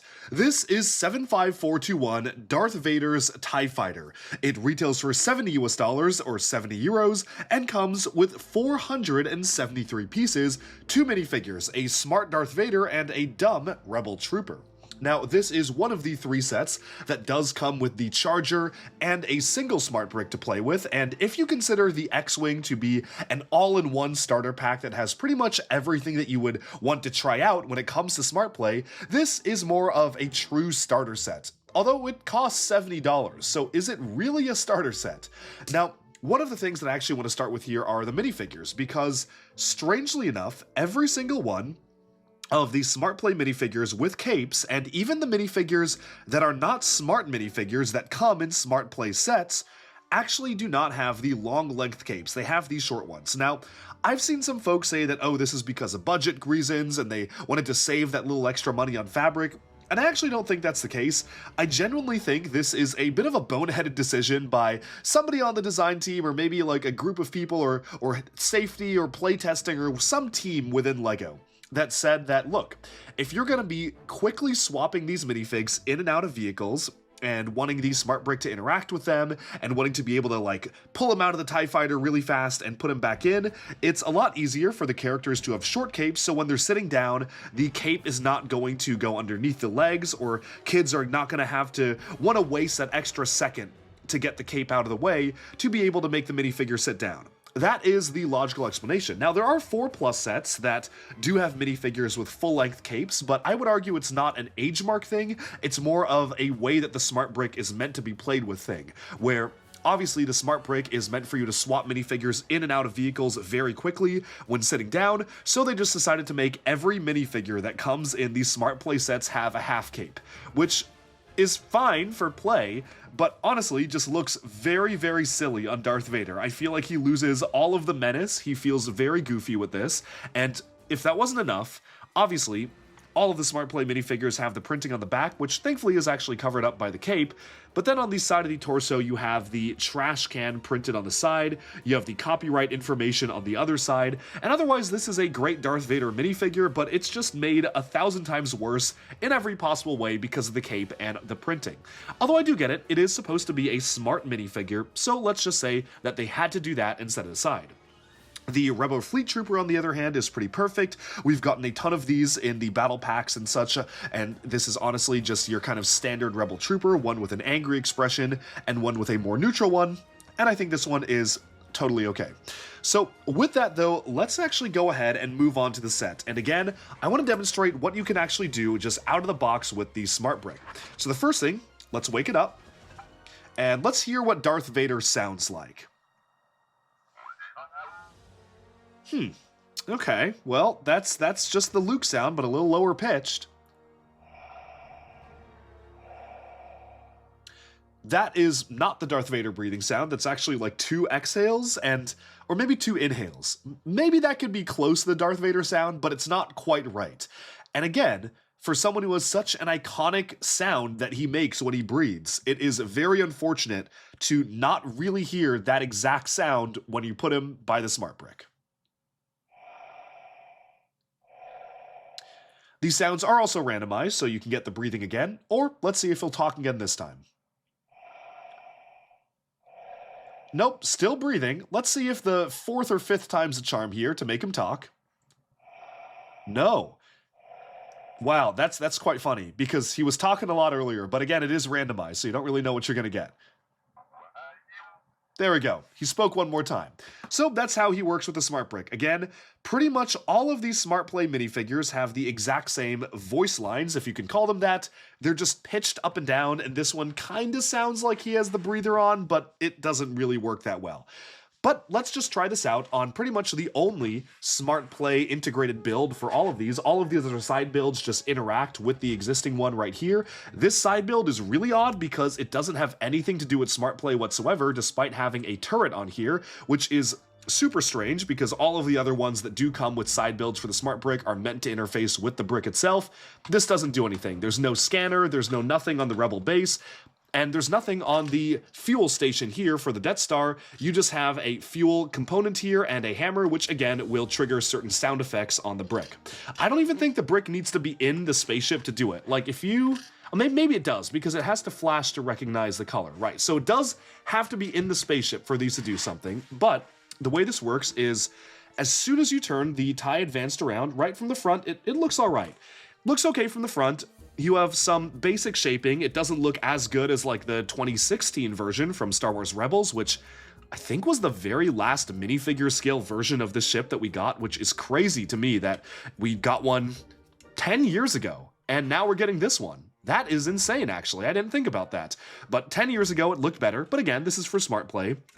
But when you move it around, you will notice that basically no attempt has been made to cover up the back. Now, the Smart Play sets are pretty inconsistent with this. Almost all the vehicles just do not have any sort of thing to cover up the back part of them, so you can easily put the Smart Brick in. Some of the buildings have a semblance of something to cover it up, especially the ones that don't have the Smart Brick, but obviously, since this set has the Smart Brick, the back is just fully open. You have the lever to allow it to fire, which, as you can see, raises those red paddles, and let's hear what it sounds like when you place the brick inside. Okay, that was like close to a TIE Fighter screech. Now, before we take off here, I do want to demonstrate what each of these little components can do once more. As for all of the other Smart Brick enabled vehicles, blue means fuel, so all you need to do is stick the fuel here. And it'll make a fuel gurgling sound, as you can hear.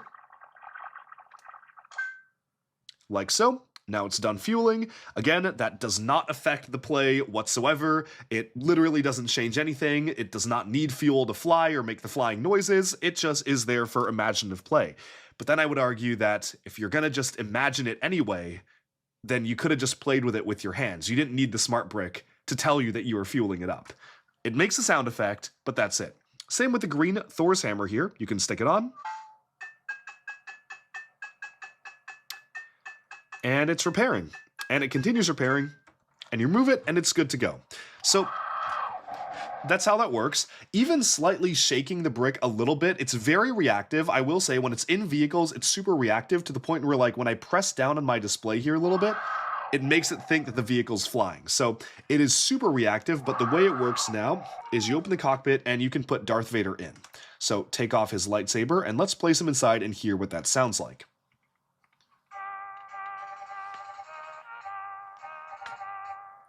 That is actually pretty cool. Again, one of my favorite sounds that the Smart Brick makes, and I say one of my favorite sounds, and what I mean by that is the only sound that doesn't annoy me, is the sound that it plays when it tries to make music, because it's kind of like an 8-bit version of Star Wars music, obviously that is the very recognizable Imperial March, because thankfully the Smart Brick can actually play notes. It can actually do different notes. So that is what it's best at, and that sounds pretty good.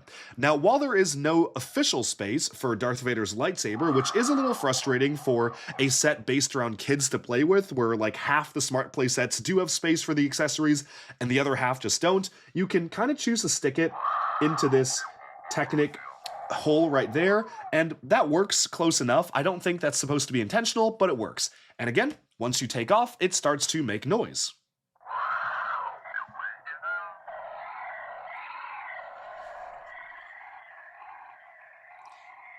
But the thing is, it doesn't really sound like a TIE Fighter. I feel like TIE Fighters have very recognizable screeches, and this doesn't sound like it. I'm gonna stop talking here so you can really hear what it sounds like.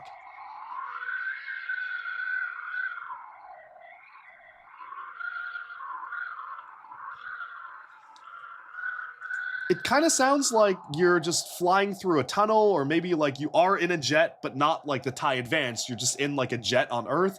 I don't know, it sounds like a wind tunnel maybe. It's just a weird sound. And same with the shooting. It's just not quite right.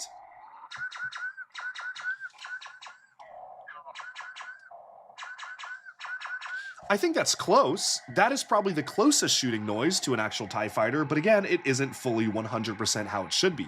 Now, the cool thing and relatively nostalgic thing about this is that it does just use the red studs as the blasters. Because this is a Smart Play set, they chose not to incorporate spring-loaded missiles or stud shooters, instead just kind of opting for the classic. And we haven't seen that on a LEGO Star Wars set for some time, so that is interesting to see, but I think I only like it because of nostalgia, and it probably would have looked better if they had something else there, you know? Maybe like an actual like cover to that, like one of the rounded off pieces or tiles, but this is nostalgic, so it's okay. It kind of reminds me of the LEGO Star Wars sets that I had as a kid.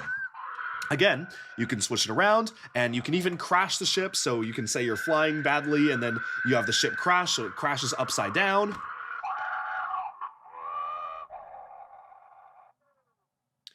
And there you go. Darth Vader says, "Whoa," and it crashes. And that's it. That is literally all it does. Again, if you own another Smart Brick, as I demonstrated at the beginning of the video, you can cause them to have a dogfight, and I use Very, very emphasized quotes when I say dogfight, because you don't, again, have to aim when you're shooting. They just register hits on their own, but that's literally all you can do. That is all it does. It basically provides sound effects that slightly get higher pitched the faster you swoosh it around in the air. Was that really worth it, though? Was that worth this costing $70 when this build is under 500 pieces? It's like 442 pieces. Reaple disagrees. He thinks it's not worth it. That's crazy. Where did that come from? But yeah, as you can see, I don't think that was worth it. And I really do feel that they could have had a really great potential here with a sound brick and a light brick, or maybe combine, like make the smart brick a sound and light brick, remove some of the functionality that doesn't even need to really be in there that costs extra. Make this have authentic noises. Have Darth Vader, like, when you put this upside down, have him go, no, you know, like he does in Revenge of the Sith. You know, great noises like that would have been perfect to make this fun to play with authentic sounds that actually sound like a TIE fighter, but they did not do that. Now, the other thing I want to call out is that the build is super strange. Because they want to make this as simple as possible for kids to build, you have one red here and one black just so they know what orientation to put the wings on, so they don't put it on the other way, which I think is a little silly. This is printed, which is nice. There are, however, stickers in many of the other Smart Play sets, but these are printed, so I think that is nice to see. You have, I guess, relatively smoothed off wings. Like, I actually kind of like this building technique here, where you have the top of the wings a little bit rounded off, and then you have the more dagger-like edges like so, but then the red just really throws me off. The only thing I will say is that the inclusion of a little bit of blue is a little nostalgic. Again, that does throw off the color scheme a bit, but it kind of reminds me of the blue on the old TIE Fighters, and look, I am just fishing for nice things to say about this one because there are sadly not very many nice things I can say. Now, moving that aside, we can take a look at the Rebel base here, and this is a nothing base. I don't know why this is in here. Actually, I do know why. It's because LEGO said that the designer needed to design this set to be $70 with the Smart Brick, and no matter how they pushed it, with this little side build, with the entire TIE Advanced, they couldn't get it to fit a reasonable parts budget, so they threw this in. You'll notice a lot of smaller parts here as well, like the leaves and the little bits that make up the Yavin base, which very clearly feel to me like they were just trying to have an excuse to put more parts in this set. And again, it is baffling to me that this is included in a Smart Play set, but there's nothing smart about it. There's no way for the brick to interact. Like, they have a smart tile that they could have used, and it would have took in a few more pieces, just little pieces, to actually make this gun work in the Smart Play universe and stick that on and have it like shoot in the game. But again, you can't do that. So this is kind of superfluous, but because of that, it does seem like one of the nicer side builds in all of the sets. Like, this is a nice level of detail. It's cool to have this computer terminal and a place for the Rebel trooper to man the terminal itself. But again, it is just such a nothing side build compared to what you actually get in the main model, and the main model isn't really even that good. So where is the value here? I think that this is a set that on paper is fine, but I think it bothers me a lot more because this is your cheapest way to get the Smart Brick. If you want to own just one Smart Brick, you have to purchase this set, and I don't think this set is very good. I think that the integration of the Smart Brick into the vehicle, again, just doesn't really provide me with the kind of play that I was expecting from the way the Smart Brick was advertised. This was advertised as the greatest innovation since the minifigure in the LEGO system. When they say that, I feel like I have reasonably high expectations for it to, at the very least, sound like the thing it's supposed to sound like. But it doesn't do that, so again, what was the point here? Let's move on to the next set. Here is the largest of the three sets that include the Smart Brick in them. 75427 is the Throne Room Duel and A-Wing. It comes with 962 pieces, 6 minifigures, and retails for $160 US, 160 euros, or 140 British pounds. Now here's the thing. Admittedly, there has been a lot of Smart Brick hate in this video. I do think that some of that is warranted. I will also say that I kind of like this set. This set is probably the best out of all of them, or at least one of the best. And I get that the bar is pretty low, and the sets are not designed to be standard LEGO playsets, but this reminds me so much of classic LEGO Star Wars sets like the duel on Mustafar, like even the Attack of the Clones battle with Yoda doing flips against Dooku that came out in 2013. This is, even without the Smart Brick experience, genuinely a classic LEGO Star Wars play experience, where if you set everything else aside and even ignore the Smart Bricks, you can still do this. And this is a lot of fun. This is a lot of fun because it actually features competitive play. You can get a friend and you can see who can battle against who with the lightsabers, try to knock each other off. Darth Vader seems to be really losing every fight here, but again, it takes maybe a little bit of like basic skill, and it takes being able to swing around and dodge attacks and see who's going to win. And I could play with this. Hey, finally, Darth Vader got one. I could play with this with a friend for a long time. I think that this is genuinely a very simple and classic LEGO play experience. Add to the fact that I actually kind of like the aesthetics of the throne room. You have a really nice design here for the studs in the side detailing of the angles. It's relatively simple the way it's built, but I like it. And then you actually have this new component. It is a supersized windscreen piece back here that actually attaches via the hinge joints, which I believe is brand new for this set. I don't remember it being used anywhere else, but I'm sure they're going to do this in all sorts of different colors and use it for different ships here and there going forwards. That's a cool piece to get, and it really is cool to have the window print. You even have Palpatine's lightsaber stored on the back, which only appears in the prequels, but it makes sense in case you want to use him for the duel as well. You have the Emperor's throne, you got the Royal Guards, and even beyond that, you have the A-Wing, which, from this angle, actually looks pretty good. When you look at it like this, it kind of loses a lot of what makes it cool because you have the open back and you have this big red lever, but it's probably one of the Smart Play sets that also needs the least reconfiguration to be able to get it into a state where you could treat this like a regular A-Wing, right?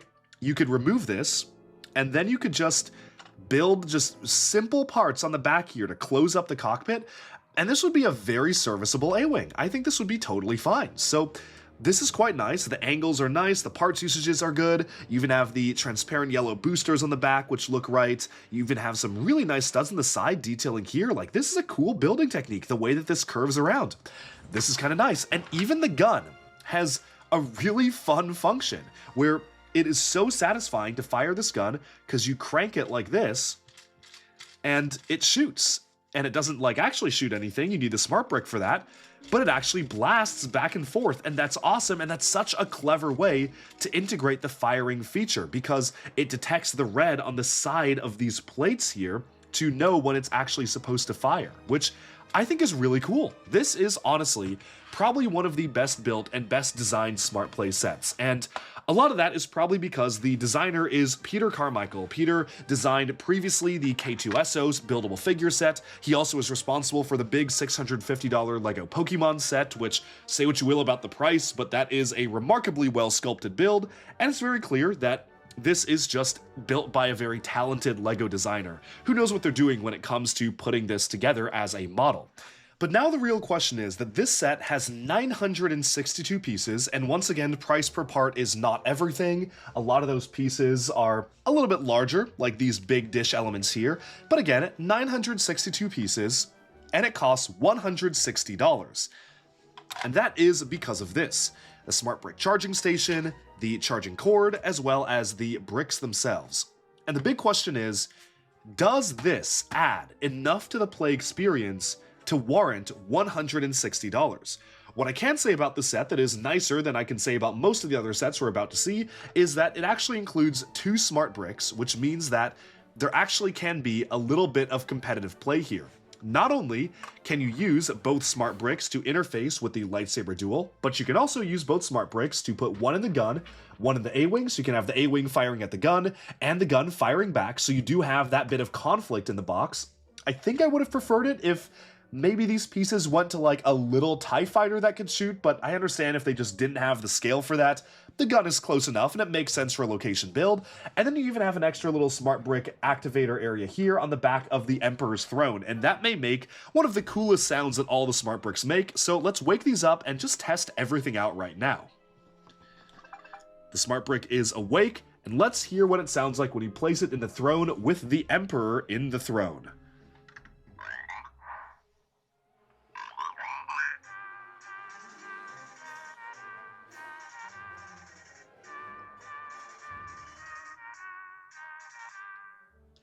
That is very cool. This is the only set that plays basically kind of the full version of the Imperial March, which is great to hear, and I like that. Again, the music, as I said in the other reviews, the music that the Smart Brick makes is probably the best sound effect you're ever going to get from it, because it can do notes pretty well, and that's about it. It's kind of like it's trying to make a human voice if you just have a piano.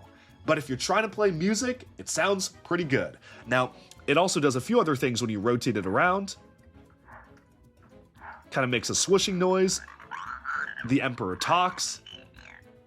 I think it would have been cool if like maybe it made a lightning blast effect, but you know, it is what it is. I do think that that is probably one of the most uninteresting motions it could make. By when you turn the chair, it kind of makes a slightly loud whoosh, like or kind of a muffled whoosh. Let's hear it one more time.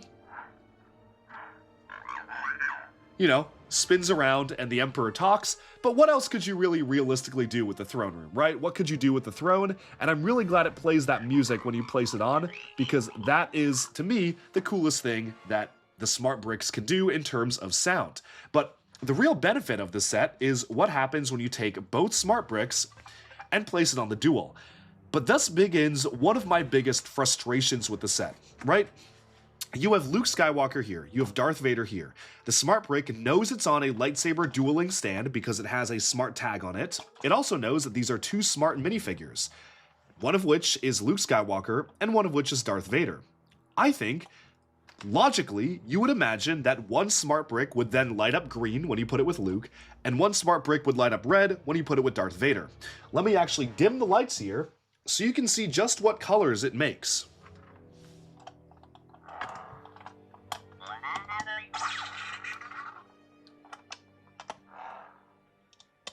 Huh. Well, that is odd. As you can see, they both are lighting up blue and red with no discernible reason as to why the colors are lighting up like that. And there is a reason as to why, but it is a little bit unfortunate that if you have lights, if you're dedicating so much of this play experience to having lights integrated into the play for the lightsaber battle, why do they not actually light up the colors they're supposed to light? I guess Darth Vader's is right because he's just flashing red. Oh, but wait, no, it's also flashing blue. It doesn't seem to have a rhyme or reason as to when they flash blue or red. I guess red constitutes a hit, and the Smart Brick kind of knows that it's a hit based on if you actually have like a jolting noise like that is a hit right there, and like that. And I guess now that you know Darth Vader fell off, so it makes the sound effect that Darth Vader fell off, and then you can put him back on. And he talks for a little bit, ignites his lightsaber, which doesn't sound quite right, but again, we've established these sounds are not quite right. But I honestly think that the best sound that they can make is when you're kind of moving them around very gently, and they glow just a little bit as if the lightsabers are humming. I'll stop talking here, and I'll also completely turn off the lights of the light box here so you can really be able to hear and see what that looks like.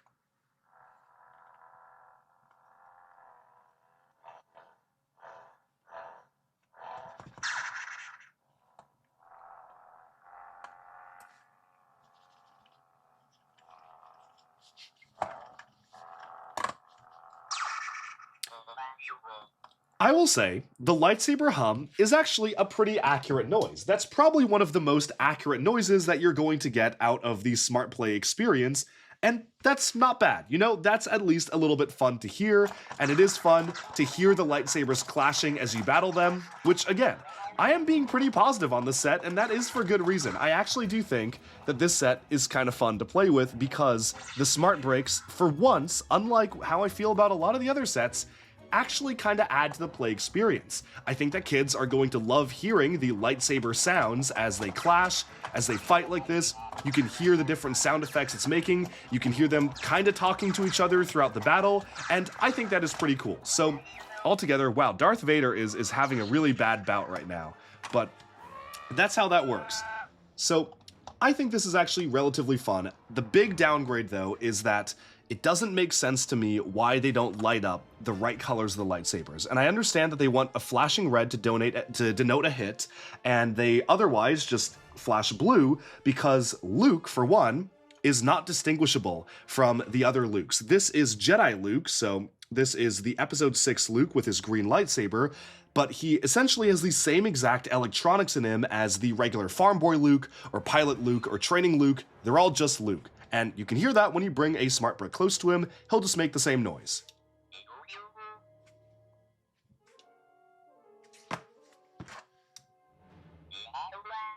Right? It's the same as Luke. And same with Darth Vader. You know, he'll make his Darth Vader-y sounds. Like so. So, you know, it is not really distinguishing between the two different characters here, but that is something I want to call out. The final thing when we're talking about minifigures is that, once again, much like the TIE Advanced, all of the capes in the set are short capes, and if you were curious if that is, again, because LEGO is trying to save some money on fabric, I don't think that's the case. They just wanted to make the figures easy to remove and sit down on, like, the throne or in vehicles, but it is very goofy that they have short capes, and I really think that the Royal Guards did not need short capes. They spent more money to give these guys a dark red inside of the short cape and a bright red outside, which is cool because that's the color of the standard LEGO Royal Guard minifigures, but the short cape completely ruins the look of all of these characters, and they literally only did it in case you want to use them to pilot some of the vehicles, but I don't think really any kid is going to want to plop this guy in the throne or the A-Wing, and it just doesn't really make any sense because I can see why they did it for the smart minifigures because you're going to be having to swap those in and out of vehicles all the time, but these are dumb minifigures. They are not smart minifigures, they are regular minifigures, and I don't think they needed the short capes. However, as a nice surprise, my set did actually come with like 15 extra capes by accident, so if your set is missing a cape, unfortunately, it is now in the Duck Bricks collection. Now, let's hear what Emperor Palpatine sounds like, because this is definitely one that I really wanted to call out as sounding pretty funny. So we'll take Palpatine here, and let's hear it.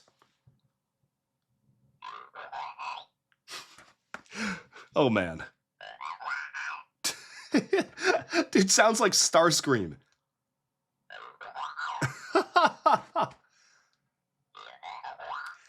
I think that as I continue filming this video, the noises are becoming more and more ironically funny to me. I was very displeased with them at the start, and now I just find them funny. Not in a good way, but funny, nonetheless.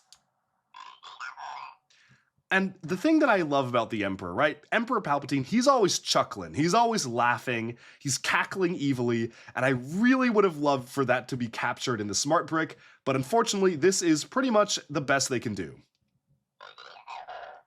I guess that kind of sounds like a laugh if you really try to like squint and pretend, but I don't know. I don't really think that's a super authentic sound. They also went back to the classic lightning pieces for him. They've switched to the Nexo lightning for some years now, but I guess they figured that these lightning pieces are easier for kids to play with, so it is what it is. Moving aside though, I do want to demonstrate the Smart Brick functionality for the rest of the set. And you'll notice that the entire thing actually comes apart, so you have the clips that come apart here, and that allows you to just set everything aside by themselves, which I actually like. I like that these kind of act as their own standalone things. Now, let's take these smart bricks and place them into these spaceships.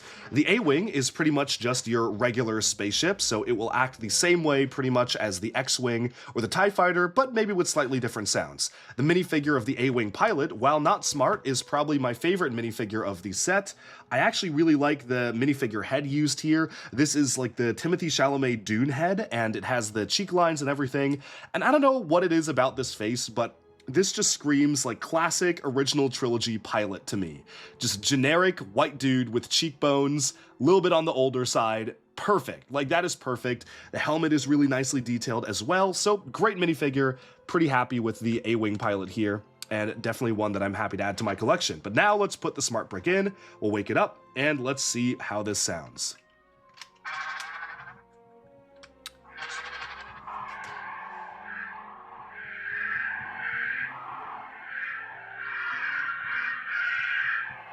I don't know. It kind of sounds like the TIE Fighter sound. It isn't really distinguishable to me which ships are what. Like, if you played the sound effects of all of these Smart Play ships to me, I don't think I could tell you which ones they're supposed to be. I would believe that this is the brick trying to make a TIE Fighter noise. It's not bad for the A-Wing. Like, I guess it kind of sounds a little bit higher pitched, which is because the A-Wing is a smaller vehicle, but that's what it sounds like. And then, of course, you pull the obnoxiously large lever to shoot.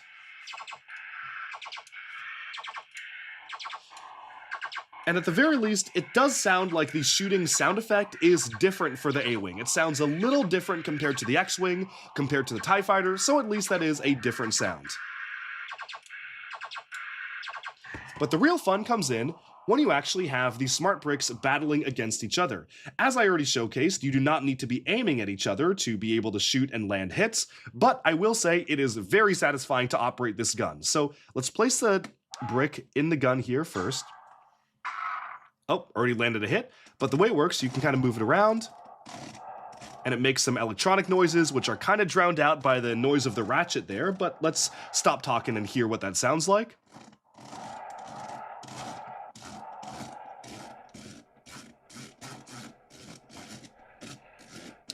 You know, that's a robotic sound, but then it is also very satisfying when you actually crank it to shoot.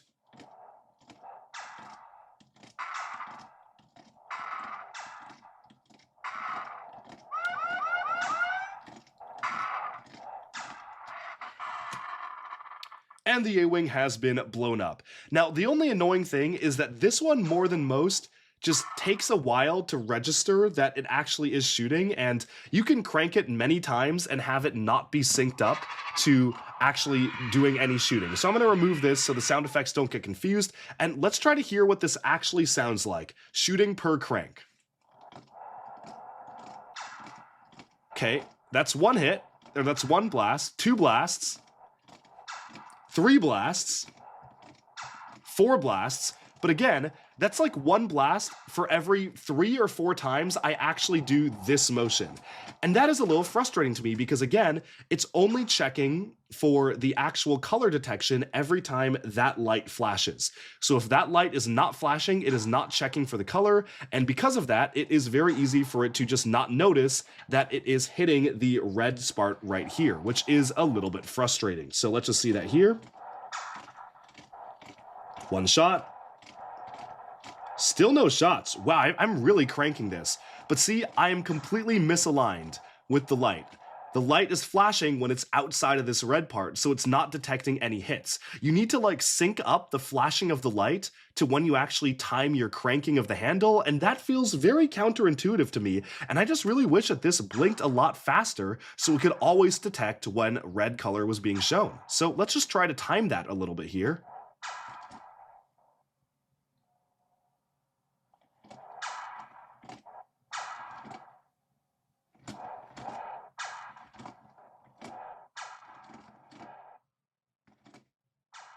But even then, as you can see, it takes quite a long time for it to detect the red, and then there's like a couple second delay, and then it plays the noise. I think a couple of seconds might be an exaggeration, but that is genuinely very frustrating about the model here, where while it is a very fun play feature, again, I just feel like the technology is not there yet to support that kind of play. If I were a kid, I would not be trying to time the way the light is flashing to do hits. I would be going like this, cranking it like crazy in my younger days, and be wondering why it's not constantly making a pew pew pew pew pew sound when I'm doing this. I would much rather make the sound with my mouth, and I'd rather use my mouth instead. Jay has now fallen down because he totally agrees with what we're saying here. I would much rather, instead of having to have the brick in there and have it make the sounds while I crank it and not really succeed at making the sounds, I'd rather not have the brick in there and be just using my mouth while I crank it and have my mouth be making the sounds instead. So, for instance, I just would like to go pew pew pew pew pew pew pew pew pew pew pew pew pew pew pew pew pew pew pew. You know?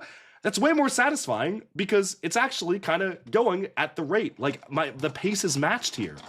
But when you have the brick in, it doesn't actually, like when the brick is inside of it, it doesn't actually register the timings correctly. The timing and the rhythm of the thrust of the gun is not timed correctly, which is quite frustrating. Again, let me demonstrate. That's 1 shot, 2 shots, 3 shots, 4 shots, 5 shots. I am pumping hard here. I am going in and out, and it's only registering a couple of shots per thrust, and that is just wasted thrusts right there, if I do say so myself. Now, the cool thing is that, again, you do have the opportunity to battle these against each other, so if you have the A-wing versus the gun turret, you can place this inside, and they don't need to be facing each other whatsoever. I gotta shake this brick to wake it up. But you can pretend, again, use your imagination, as you are supposed to use when you play with Lego normally, press a button and actually land hits on the gun, so let's see what that looks like.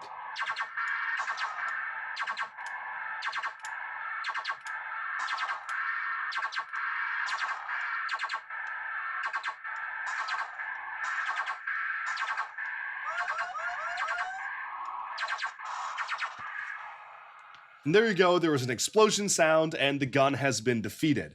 All of the vehicles and weapons and things have the same amount of health points, so there isn't really a distinction between being able to shoot down a gun versus an A-wing, and I think it would have been cool, again, if they had a different scoring system where, say, the Millennium Falcon takes more hits because it's got plot armor, or Darth Vader's TIE Fighter has shielding, so that could take more hits than the A-wing, which maybe is easier to take out, versus a gun turret, where maybe it only has 1 health, but it can fire faster. But none of that is actually integrated into the smart bricks, and again, as I keep on saying, that is why I feel like I really wanted to title this video, The Smart Bricks Are Dumber Than You Think, because you may think that it has the functionality to distinguish between the vehicles and have a different firing rate and maybe different health points, and you have to aim it, but at the end of the day, they're all basically the same thing. They all function the exact same way. There is no difference between any of these vehicles, and buying more sets to get more vehicles is kind of just like buying the same set over and over again, because you get the exact same play experience with the A-Wing that you get with the X-Wing, that you get with Darth Vader's TIE, that you get with any other vehicle that has a blaster. So that is what's a little bit disappointing about this system. But going back to value here, is this set worth $160? And shockingly, I do feel like this is closest in value to what I would feel like is relatively reasonable for a set like this. Not fair, reasonable, because again, you have the charging pad, you have the 2 smart bricks, you have this entire diorama to play with, you have the gun, you have the A-wing. I think if this were a standard retail set and you removed all the smart play functionality, I still think this would be close to like $120. It's still under 1,000 pieces, but you've got some big parts in there, you've got a lot of minifigures. I think $120 as a standard playset would have felt fair, so adding 40 extra for the smart bricks, I mean, now that I say that out loud, it doesn't sound like that good of a deal. But some of the sets we're about to look at are so atrociously priced that by comparison, they make this set feel like not too bad. But now, let's take a look at some of those other sets. We just took a look at the largest Smart Play set, so now let's take a look at the smallest, and the first of these Smart Play compatible sets, which denote that they do not include the Smart Brick within them. This is 75420, Luke's Landspeeder, retailing for $40 US, 40 euros or 35 British pounds, and coming with 215 pieces.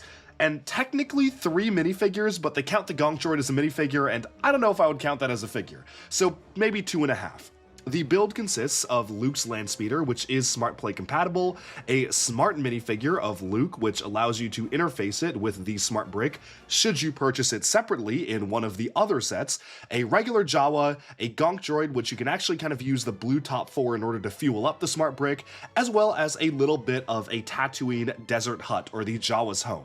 Now, I do want to call out, just starting off with the build here before you actually have the Smart Brick integrated, this is one of the latest Landspeeders, and everybody always complains we keep getting Luke's Landspeeders, but honestly, it's kind of been a while since the last one, so it is nice to have another Landspeeder on shelves, although I will say that this is pretty much the most simplistic one that we've gotten since the first one in the early 2000s. It is reverting back to a very simplistic plate style design. Previous Landspeeders have used flex tube to actually showcase the curvature of the internal workings of the Landspeeder, but since this is something made purely just for smaller kids to play with and put together, and it's meant to hold up to a lot of intensive play, you do have a smaller design right there. You have this windscreen element, which is actually quite nice. This is now molded in trans clear, which is, I believe, new for this set. You also have a container of blue milk printed with a bantha on the side, which you can remove for the place for the Smart Brick to be mounted. And I do like that this set does make at least a bit of a semblance of an effort to cover up the ugly red Smart Play brick so you can use this as a regular Landspeeder. You can still see a lot of red, and obviously you have this big red lever, but at least they made some effort, and that's more than I can say about most of the other Smart Play compatible sets. Up here, this will allow you to trigger the firing action of the Landspeeder. I don't know why it has the firing action, because the Landspeeder doesn't actually have guns, it is just a transport after all, but for kids to play with, I actually think it's nice. They did include a way for the Smart Brick to integrate the firing feature, so you can at least use this like the other spaceships, and you can make your own adventures with it. You know, maybe this doesn't need to be on land. You can have it fly through space and engage in a dogfight with the other starships the exact same way. Now, the way that they've built these side engines is primarily utilizing Technic attachments. They've recolored the 1x3 Technic beams in the nougat color, which is actually quite nice. I actually think that works out quite well. And then for the exposed engine there, or the damaged one, they actually just recolored these in gray instead of using it in the nougat, which I think works out okay. There is space on the side to clip the lightsaber on, and while it does look pretty awkward while it is clipped onto the side of the Landspeeder, I actually kind of like and really appreciate how they did manage to incorporate a little bit of space for Luke's lightsaber here to be attached to the Landspeeder, which many of the other Smart Play sets do not integrate. One of my favorite pieces they include in the set is the chair piece they introduced last year for the LEGO Bluey and 4 Plus sets. This is pretty prevalent when they actually have the 4 Plus sets to allow two characters to sit next to each other side by side, and it actually works really well in the Landspeeder. I believe this is the first set that uses it outside of the 4 Plus system, but it works so well for what the Landspeeder is trying to do, and I wouldn't mind it if they use that piece in a future Landspeeder set. I think it just totally works for the aesthetic of the model. Of course, Luke is meant to sit inside the Landspeeder, and we will demonstrate this with the Smart Brick momentarily. And then of course you do have this side build as well, which is a little hut for the Jawa. There is a cooking area, but there is no like Smart Brick functionality here. There's no actual way to make him cook, unlike some of the other sets where they actually do let you cook. There is a green hammer, which allows you to do repairs to the Landspeeder, much like the other builds that just make that sound. And then there's the fuel container here, which kind of makes it sound like you're gassing it up when you do have the Smart Brick, and that's why it's blue. Or, in a much more fun way, in my opinion, you can use the Gonk Droid for fuel, which actually is consistent in universe. So here's the thing. By itself, this set is $40. What does that get you? 215 pieces, a Smart minifigure, which again just is a regular Luke minifigure with a bit of copper wire wrapped inside of him so the Smart Brick can detect that he is a Smart minifigure. You can see the copyright text on the side, the iconic trash can on the other side telling you please do not throw this out, and there's one Smart tag which is on the Landspeeder, and that is a modified 2x2 tile which allows the Smart Brick to understand what it's actually being placed on. And you can take a look at the bottom there. They have these little divots to allow you to remove it a lot easier than normal, which I don't know why you would remove it that easily because, again, it's mostly just meant to interface with this build. But that is all you get. For $40, I'm gonna be honest, this is ridiculous. This is in a different galaxy of ridiculousness that $40 is the cheapest Smart Play compatible set. And I would understand it if this actually came with a Smart Brick. If they threw the Smart Brick in this set, I actually think that $40, while still high, would have been fine. But this is priced like the sets that include the Smart Brick, but it doesn't include the Smart Brick, and that is immensely frustrating and baffling to me why none of these sets have it. And I get they're trying to do the LEGO Super Mario model, where you have to get Mario and then you have all these expansion sets for him to play with, but here's the thing. They should not cost that much. At the very least, even for a theme like Super Mario, the expansion sets are not crazy expensive just because you can choose to make them interact with the electronic Mario not included in the set. If anything, this should act more like a regular Landspeeder, $25 generously, and then if you want to add the Smart Brick, that's just a bonus. But now I feel like there is a Smart Brick surcharge or Smart Bricks tax added onto all these models, when it doesn't even have the Smart Brick. And I know what everyone's gonna say. They're gonna say, well, look, the Smart Luke, he has the copper electronics inside of him or the whatever wiring. It is allowing you, it's like an electronic piece. I don't think I count this as a piece of technology. Smart Luke is little more than a glorified NFC tag, which allows the Smart Brick to detect what he is. Same with the Smart Tag. And those are the only two electronic, and I say that with air quotes, electronic components in the entire set. The rest of it, just normal pieces. And that is bizarre to me. Now, the Jawa minifigure is nice. It's a little different than the other Jawas we've gotten. It has like a different color of the print on the torso. The eyes are pretty much the same though, and I actually do like the Gonk Droid, how it is printed like this. But again, for $40, get out of here. This may be the most ridiculously priced smart brick set yet. But for those $40, let's see what actually happens when you take the smart brick and integrate it into the build here. So we have the smart brick, shake it to wake it up, and let's exactly see how the play function works. So we're going to start off with Luke removed. We're going to put it in the Landspeeder and see what it sounds like. There we go. It's in the Landspeeder. Now, let's place Luke inside. Okay, he makes a little talking sound there, speaking in what LEGO refers to as Figlish, or minifigure English. And then, of course, when you pick it up and swish it around, it will make a sound as well.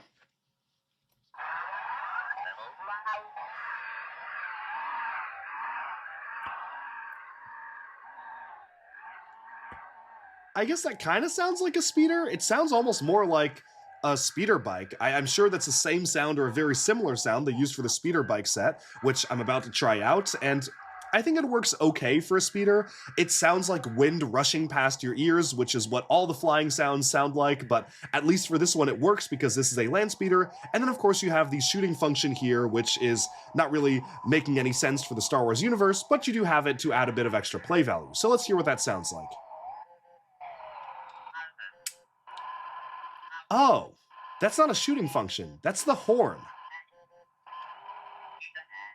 Oh, I guess that makes more sense. So does that actually do anything, though, other than make the sound effect?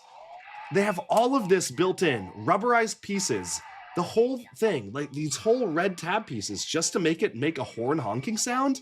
Really? That's almost more lame than if they just made it a shooting function. I think it would have been cooler with a gun. I mean, I know it doesn't make sense for the Landspeeder, but this is so much more underwhelming than I realized it would be. This is just to add a sound effect, and they have all of that to do that.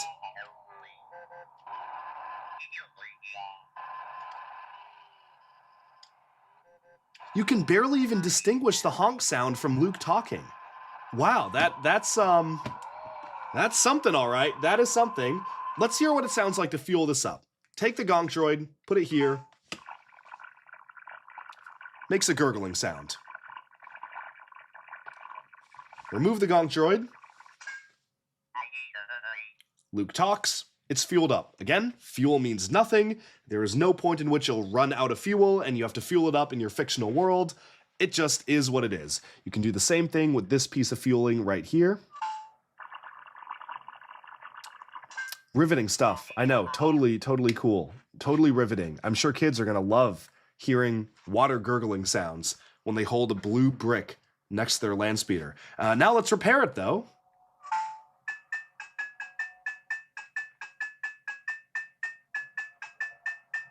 Okay. That is something. It's repaired.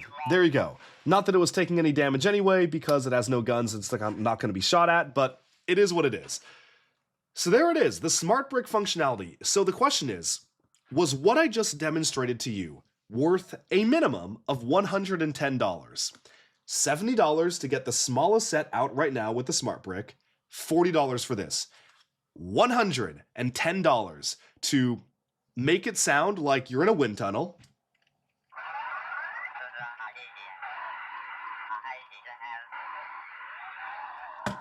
You can crash it. Luke says, whoa. And that's it, right? You can do that. You can fuel it up. And you can repair it. $110, my friends. $110 to show you what I just showed you. Is that value? Is this where value is at in the world of LEGO today? Let's move on to the next set. Here is our next Smart Play compatible set. It's 75422 Yoda's Hut and Jedi Training. It comes with 440 pieces, 3 minifigures, and retails for $70 US. And again, none of this includes the smart brick, which you need to actually play with I would argue, approximately 50% of the at least visual size and weight of the set. Here is what frustrates me about this build. I actually think that Yoda's hut is really, really good. It may be the best Yoda's hut we have gotten in minifigure playscale form. I am not counting the diorama. Obviously, the one that is made for adults is going to be the one that's nicest looking, but for something made for kids, this is really nice. I actually kind of like it a lot better, as mentioned, than the previous one we got in 2018, and I really like how it actually has a pretty detailed interior. You have a bed for Yoda, you have a cooking area with a semblance of like a fake smart brick placeholder to allow you to cook, which I don't think you needed to have, but I'm glad they threw it in just to show you where the smart brick would go, and have something a bit in its place, a cooking area for Yoda, a little lantern by the door, a nice recolor of the Monkey Kid cloud piece in gray for the smoke, and a really cool asymmetrical design. I love how the tree kind of wraps around this area. You have a white spider, which is a nice homage and reference to the original concept art for Dagobah, which later appeared as the giant spiders in Star Wars Rebels and even The Mandalorian. And altogether, the hut part of this build is genuinely very solid, and I think it looks really good. Then you have this. The Daredevil scales here, or the scales of justice, are very weird, and I know what they're trying to do with what these are. Essentially, it is to make a game where you are using the Force, and you are trying to lift these objects in the air, and I guess balance them, or try to make sure that you're lifting equally sized objects. I don't really know what the point was, and I feel like it would have been more interesting if maybe you were trying to lift up part of an X-Wing wing out of the swamp, right? Have the smart brick on a seesaw, and on the other side of the seesaw, super simple, just push down to the smart brick a little bit, and the X-Wing wing goes up. Could have been as simple as that, but instead they have this odd contraption, which has been the subject of many jokes so far online, probably for good reason, and we're going to demonstrate exactly how this works with the smart brick in a little bit. I know we took some time in the video and the overview to show it, but I really want to show it up close here. It's also very funny to me how they made absolutely no effort to hide this or make it feel like it fits the scene. As I mentioned, I think that if this looked like a Dagobah tree, if you have some foliage on the side, if this was maybe brown, and then these were green, and you had a little bit of tree leaves and the platforms were actually green tree leaves, I think that would have worked at least a little better. It still would have looked like some monstrosity, but I think it would have worked a bit better. But it is almost laughable to me how many of the parts in this 400-some piece set go into this contraption over here, and you don't have the smart brick to play with it. Now, kids can play with it by itself, obviously. You don't need the smart brick to have fun with balancing things on the scales, but I don't know. It's just not the most exciting thing, you know? It's not something that feels super riveting as a toy to play with, and that is frustrating to me how so much of this set, which is a set that does not come with the smart brick, that you're supposed to be able to play with on your own if you don't spend another $70 on the smart brick, is just not possible to be played with this. I don't know what you're supposed to do with this. I guess you can balance it now and figure out like these two things are about the same weight, so that's nice. Or if you put this on top of that one and this on the other side, this is still heavier, but it's like closer to balanced out a little bit. You can kind of make it balanced in some ways if the parts stick, and then you can tap it and make it tilt over. Like maybe there's like a minute's worth of fun there, but beyond that, not really exciting. Not the most exciting thing for kids, and obviously nothing that even looks good on display from the movies. But the big question is, what happens when you actually bring the smart brick into the set, right? If you're willing to botch half of this set to spend on this absolute monstrosity, at the very least you would expect it to be worth it with the smart brick. But let's see exactly how the smart brick interacts with this build. I'm going to shake it awake. It's glowing. You first place the smart brick here. It makes a somewhat mystical glowing sound. You then can place Luke on the side here. Plays a bit of the Star Wars theme, and let's hear how this works. So we'll place something on this side first.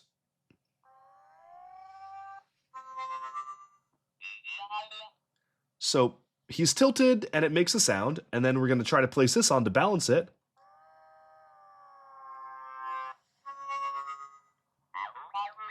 You can see it made a happier sound because he's perfectly balanced, as all things should be, but then let's see what happens when you have it really tilted. And it's a slightly angrier sound. Or, if you place this on here and remove these,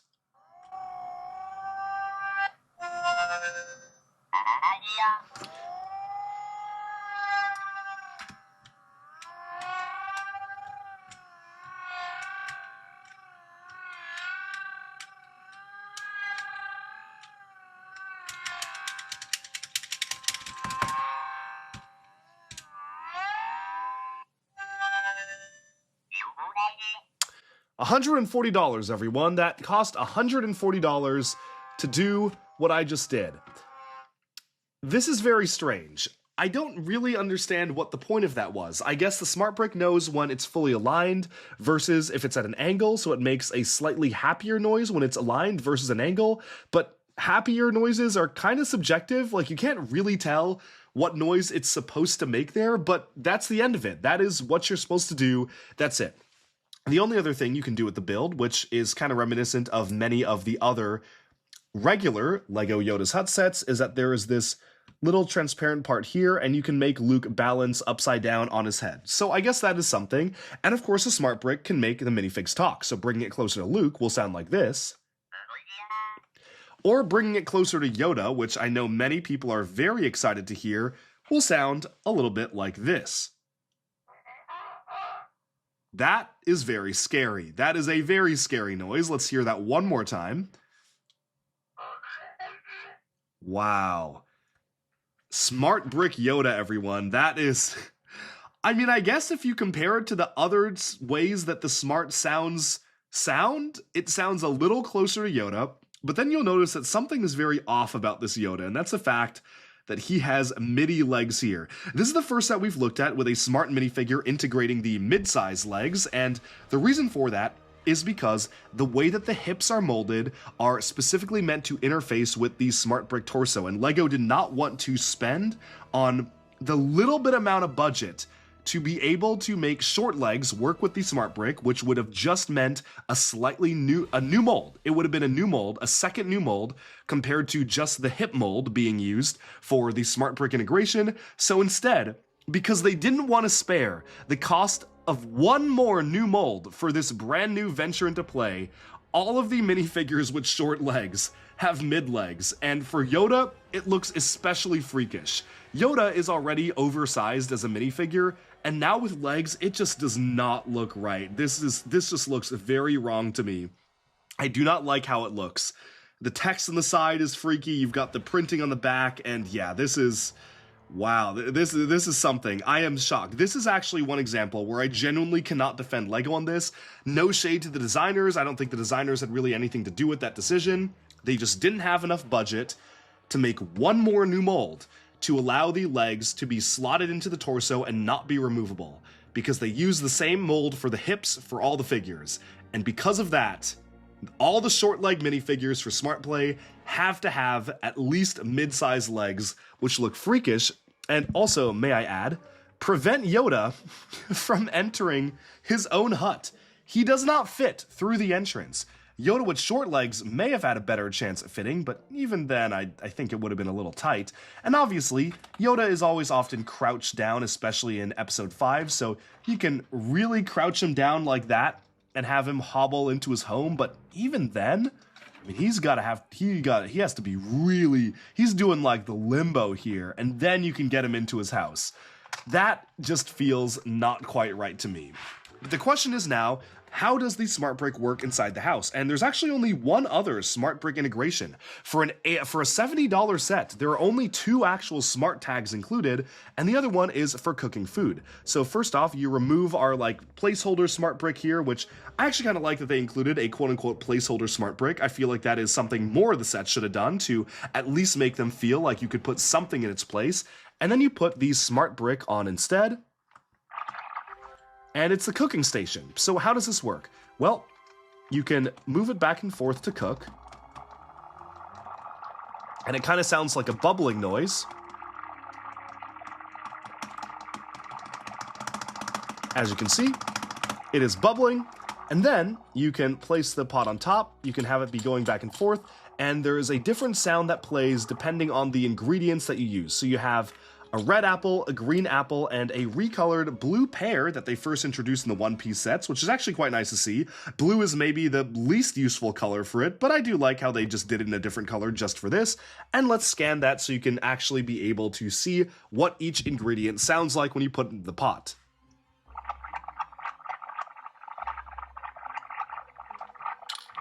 Okay, that's what blue sounds like.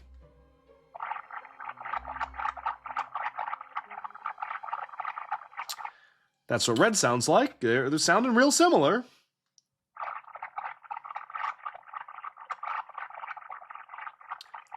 And that's green. So one thing you'll notice is that all of these sound the same, and that's because they all have the same sound effect, and the only difference is the color that the smart brick lights up when you actually place the color in front of it. So if you have the red one, it'll light up red. If you have the green one, it'll light up green. And so on and so forth.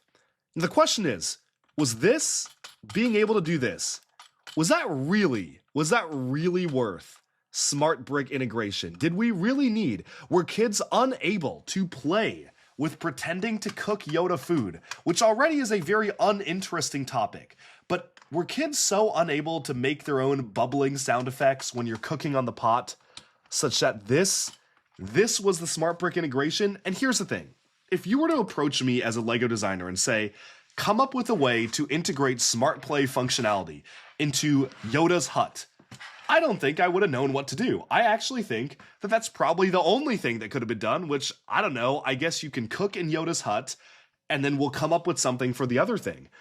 But then I question, why does this set even exist? Why was this set made? This feels like the perfect candidate for a non-smart play set. At least for all of the other smart play sets. There's a vehicle, there's an animal, there's maybe music that can play, but for this, I feel like this is the most useless smart brick integration. You did not need the smart brick to play with this. I would argue that adding the smart brick onto this maybe actually only detracts from the experience because you can get annoyed by the noises here, and the process of cooking Yoda food is so uninteresting with the smart brick, and it's so lame. It's so much lamer than I thought it would be. The different foods all sound the same, and it just makes a bubbling noise and lights up for the food color, but it's not even that bright. Was that worth $140 to do this? I definitely think not, and it's so frustrating to me as this set because take all of this away, sell this by itself, $40. 45, yeah, 45 is high, $40 for this by itself. You wanted to make it an $80 set, have another section on the side with the X-Wing sticking out for the wing. Maybe you have a bit of the dark side cave. You know, you could have a little bit of the side build with a dark side cave, and that's your side build, and that's your $70 set. That would have been awesome. This would have been an amazing model because by itself, you can really appreciate this build. This is a great Yoda's Hut build, but the set is dragged down by being forced to include Yoda's scales of justice to support the smart play experience. It is dragged down by Yoda having long legs, it's dragged down by the price, by how boring the cooking function is, and to add insult to injury, the smart brick isn't even included in the set. So you really can't do anything with this, and even when you have the smart brick, I don't think this is interesting at all. It just feels very misguided for LEGO to make this a smart brick set, and out of the entire lineup, I would argue that this is the set that, not that it didn't need to exist, but it did not need to be smart brick integrated, and the set would have been so much better at the same price without all the smart brick stuff. I feel like the smart brick does not add to the experience, it actually detracts from it when you purchase the TIE Fighter for $70 to add it on. For $70 right here, maybe the value is kind of there. It still feels pretty ridiculous, but the hut does look nice. Like, I really like the hut, and maybe I am glazing the hut so much because I'm looking for things to like about this set, but I actually think the hut looks nice. I think the hut is pretty good. But why did this have to be a smart play set when the smart brick, all it does is make a whining noise on the scale there, and it just bubbles when you cook food. And those are literally the two things you can do with the smart brick in this set. It it frustrates me to no end. And I think the direction of play for this is just so misguided in terms of what a LEGO set should be. And that's all I have to say about this one. So let's move on to the next set. At least the hut is good, and you can't blame the designer. This one is another Peter Carmichael one, who is a very talented designer, and he did the best he could given the prompt. No shade to the designers throughout this whole video. I don't want designers to think that this is like I'm dogging on the sets and I'm throwing shade at them. I more have problems with the direction that the company has chosen to take sets with the Smart Brick, because I think the designers are doing the best they can with a pretty weird concept and a weird product and a weird thing to try to figure out how to integrate into their sets. And I gotta give them kudos for that, because designing something like this cannot have been easy. Here is our next Smart Play compatible set. 75424 is ATST Attack on Endor, retailing for $50 US and coming with 347 pieces. Out of everything included, there are 2 smart tags, one for the speeder and one for the ATST. There is a smart wicket, which allows the smart brick to detect what figure it is, and then you have the ATST driver and a scout trooper, who are normal minifigures, dumb minifigures, as they say. Now, most of the play in the set comes between the conflict between the speeder bike, which Wicket has stolen, versus the ATST. But again, no smart bricks are included for the price of $50 here. So you have to use your imagination if you don't have the smart bricks, just like any other regular LEGO set. So let's take a look at what that would actually look like right now. You can place Wicket in the very oversized speeder. There is an obnoxious red lever on the back, which obviously is meant for kids to understand that you have to shoot, and that will cause you to activate the shooting function, the red paddles for the smart brick to detect the shooting for the color sensor, so it knows when to shoot, and then you can fly it around, but otherwise it is just a very oversized speeder, maybe the worst looking one yet, because the cockpit section is like super elongated, like this is so long, because it is meant to integrate the smart brick into it, to place it here, and the shooter function, so it is super long. But it is what it is, even like comically large front scoops here as well. And then you can take a look at the ATST, and I actually think that the head of this ATST would have looked okay aside from a pretty weird building technique used via mixel joints to attach the sides, but I guess I wanted to make it super sturdy so that when kids grab it and like squeeze it together, it's not going to come apart, which maybe some other ATSTs, if you have such rough play with them, they won't hold up to it. But then it all kind of falls apart when obviously you look at the legs, and the legs are comically spindly for this. The head is almost way too oversized for the ATST. From any angle of proportionality, it just doesn't look right. The legs should be like twice as long. For a head this big, it should be like closer to up here, but the legs are comically short, and it almost feels like a chibi ATST or like an upscaled microfighter ATST. It's a weird one. It's very strange, and the legs have no articulation, whereas previous ones at least bothered to have a click joint on the back so you could like bend the legs backwards. There's literally no articulation here. You kind of just have to pretend it's walking along the ground, but there is enough flex in the way that it's angled where that you can kind of pretend it's walking. Like, you know, as a kid, you can kind of go like this, and at least that's something, you know? That's probably a little more flex than normal ATSTs get in their legs. So I actually do understand why they integrated that in. However, one of the major flaw points here is that as you look at the back is hollow because it is meant to integrate the smart brick. So unfortunately, since you don't have the smart brick, this ATST just has a fully hollow back, and that kind of just completely ruins any sort of understanding that this is a complete ATST, and I just don't know. This is super awkward and super strange, and I feel like it would have been great because this is supposed to be a standalone set that can work by itself if you don't own the smart brick, which costs $70 minimum, by the way. At the time of this recording, the smallest that it comes in is $70. If you don't have that, this set does not really offer you a lot of play value. So here's the other thing that's a bit strange. To open it up, you can go like this, and you can have access to the cockpit, and that's what it looks like inside. But then When you close it up, the flaps are just kind of raised up, so you have to keep on lowering the flaps every time, which feels a little bit awkward to me. You have the laser guns on the front, and for the first time in a long time, you have regular flick-fire missiles on the side, and I can't really remember the last time we got standard flick-fire missiles being used in the set. Mostly they've been replaced by stud shooters now, but I like that this actually does give you both, so that is something. But the real question is, how would this work with a smart brick? So let's take the smart brick that I got from a different set, shake it to wake it up, and we'll start with Wicket. So let's hear what this sounds like. That is the Wicket talking sound, and now let's move around the speeder.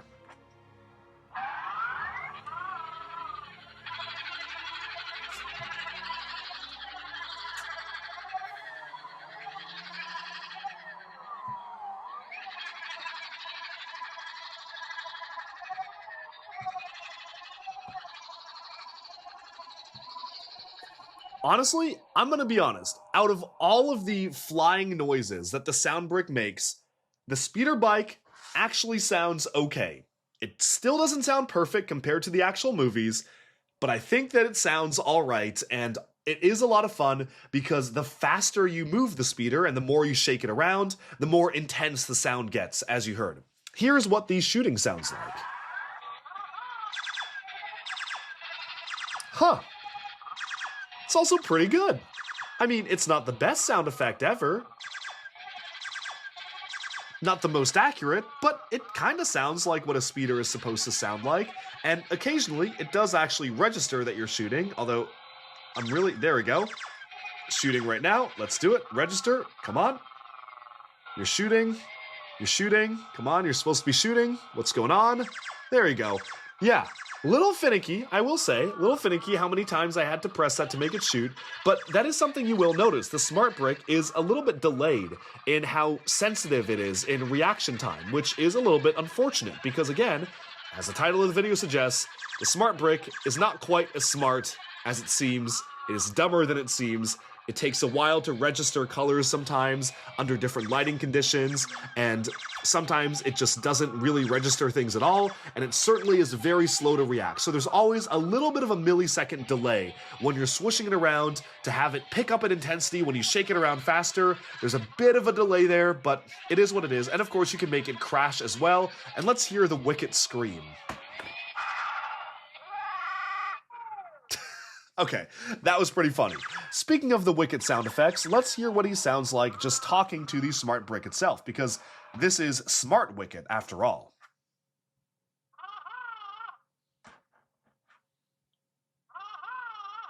Yeah, he just makes the one sound.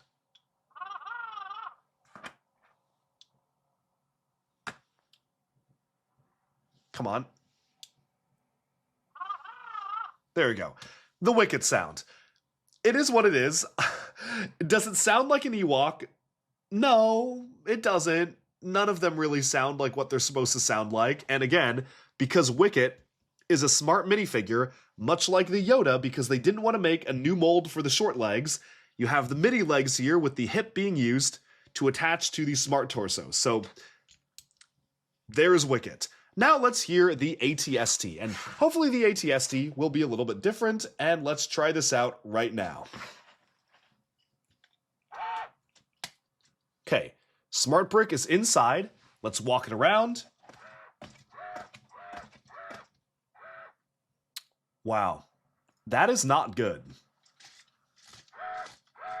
Does it just make the same?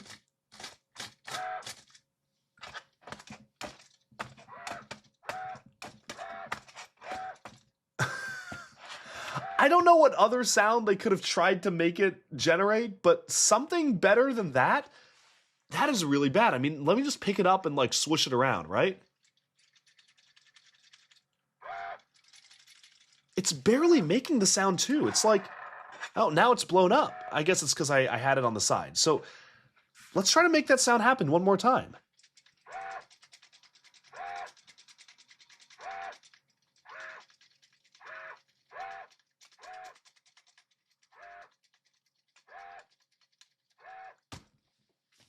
Okay, we might have just gone from what may have been the best vehicle sound effect to the worst vehicle sound effect, because that is laughable. That is very bad.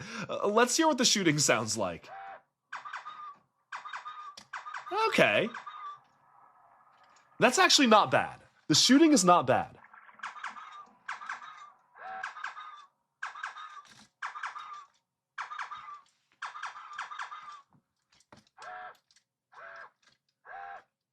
Come on, shoot. Come on, shoot. Come on, shoot. There you go. Come on, shoot. Come on. Let's go. We're shooting. There we go. See, there's a delay. I'm not going crazy. There is a delay there in actually having it shoot versus not and having the sound effect, and that's throwing me off. That is very odd. That is so weird how there's a bit of a delay. Of course, let's hear if it sounds any different if Wicket is in the pilot seat instead, like he has commandeered the ATST. No, it will just intersperse it with Wicket sounds here and there. Yeah, but that's it. That is your smart brick functionality. So how much would it cost to do what I just did? $50. $50 right here. $70 for the smart brick at a minimum. $70 minimum for the smart brick. That is a lot of money to accomplish what I just did. If you want to make them battle each other, which the entire point of the set implies you're supposed to make them battle each other, you need to spend another, well, minimum 70 if you want another TIE fighter, but really a 90 to get the X-Wing. So if you want them to fight and you need another smart brick, you need to spend even more. And again, I feel like I'm sounding like a broken record here, but the ATST making that sound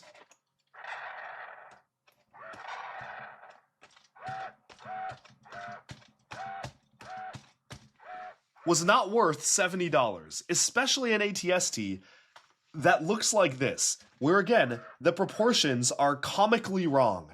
The legs are so skinny and so short, and the head is so large.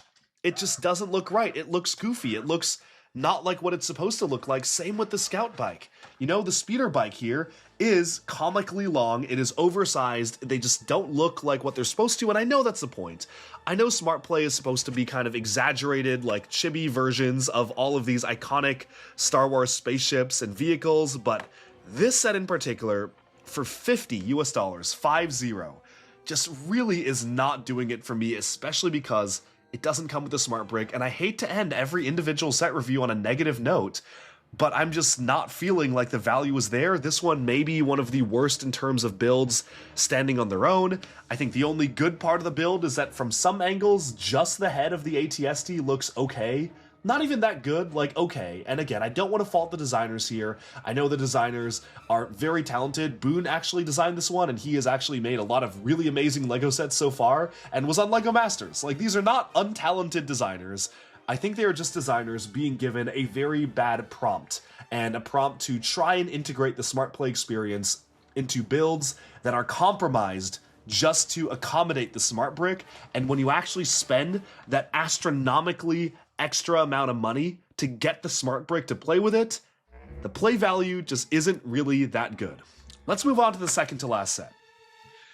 Here is our penultimate set. 75425 is Mos Eisley Cantina, retailing for $80 US and coming with 666 pieces and 5 minifigures, a Sand Trooper, Greedo, 2 Bith musicians, Obi-Wan Kenobi, and Han Solo. Oh wait, no, Han Solo is not included in this set. This is our very first Cantina without Han Solo. Do you want to recreate the iconic scene where Greedo and Han Solo shoot each other? Greedo says McClunky, he misses, and Han Solo gets him first? Well, you can't do that. Or more specifically, you can do that if you also buy the $100 Millennium Falcon. Oh, but wait, these are smart minifigures. So if you want them to also make sounds the way that Smart Play is supposed to work, oh, that's another $70 for the Smart Brick. So to recreate one of the most iconic scenes in cinema, in a set based off of that iconic scene, how much money is this going to cost? $80 for this set. $100 to get the set that includes Han Solo. $70 for the smart brick. That is ridiculous. That is highway robbery. That is beyond any suspension of what seems fair. It is baffling to me how this set for $80 does not include a smart Han Solo minifigure. They could have just put him in. They already made him for the Millennium Falcon. It would not have cost that much more to include him. But they do not. And I think that makes this one of the biggest offenders of the Smart Play initiative in general. Where clearly they did that for money reasons. Like, that is a money reason as to why they're like, oh, for whatever reason, they want Han Solo to be exclusive to the Falcon. They want it so that you have to buy the Falcon to recreate this scene. I don't know, they decided that it was too expensive to put in just one more smart minifigure, and doing so would have raised the price so much, and they made this $80, and they wanted to stick to $80, and they couldn't sacrifice any other part of the set to include him. Whatever the reason may be, that just does not sit right with me. How they don't include Han Solo in the Cantina set with smart Greedo and smart Obi-Wan. They could have made Obi-Wan dumb and just put smart Han Solo in, and that would have been fine. But no, you have to have different characters. Obi-Wan doesn't come in any of the other sets, so you have to have a smart brick Obi-Wan, but no smart Han Solo. And I'm driving myself mad. I am trying to get these reviews done before I have a flight out in approximately 2 hours. I'm going to need to rush these to get these done, and I'm driving myself crazy. It's 4 in the morning right now, and I'm sitting here reviewing Mos Eisley Cantina with no Han Solo and no Smart Brick for $80, and I am going insane. I genuinely am losing my marbles over this. But you know what? Let's ignore that for now. Let's just look at the set and see what we have. So first off, we have this dewback. I actually kind of like the dewback. I think the dewback is cute. It reminds me of the Microfighter dewback, which was a very cute build, and would a molded one have been cooler and better? Yes, I think it would have, absolutely, like the molded dewbacks we've got in the past, but for something made for Smart Play with articulation, it's actually kind of nice. You can move the tail and head up and down. They are on mixel joints, but you can barely get really that much motion from them, which honestly is fine. I'm not looking for a ton of motion from a dewback. You have the very obnoxious bright red dewback tag on the back here. No attempt was made to cover that up whatsoever. I guess you can, like, kind of remove it. Oh no, it's really in there actually. It's really built in there. So no, you can't really remove it. You have to have that in there. I guess they just made it like that so that when you remove the smart brick, the whole thing doesn't come out with it. And the legs are actually mounted on frictionless Technic pins, so you can kind of make the dewback walk like this, and that's kind of fun, you know?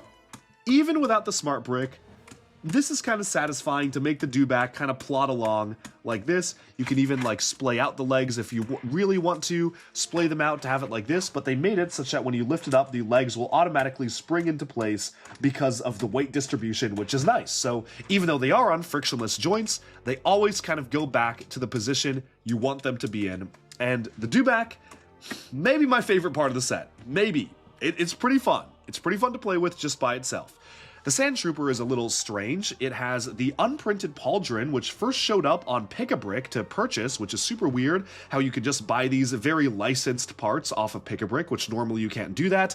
It initially was made with printing for the Clone Troopers, and now it's unprinted. And this is also our first Sand Trooper in a while that does not have a backpack. That is so it doesn't hit the smart brick on the way when it's attached. But unfortunately, I feel like that does also take away a lot from the Sand Trooper because they're very much known for their backpacks.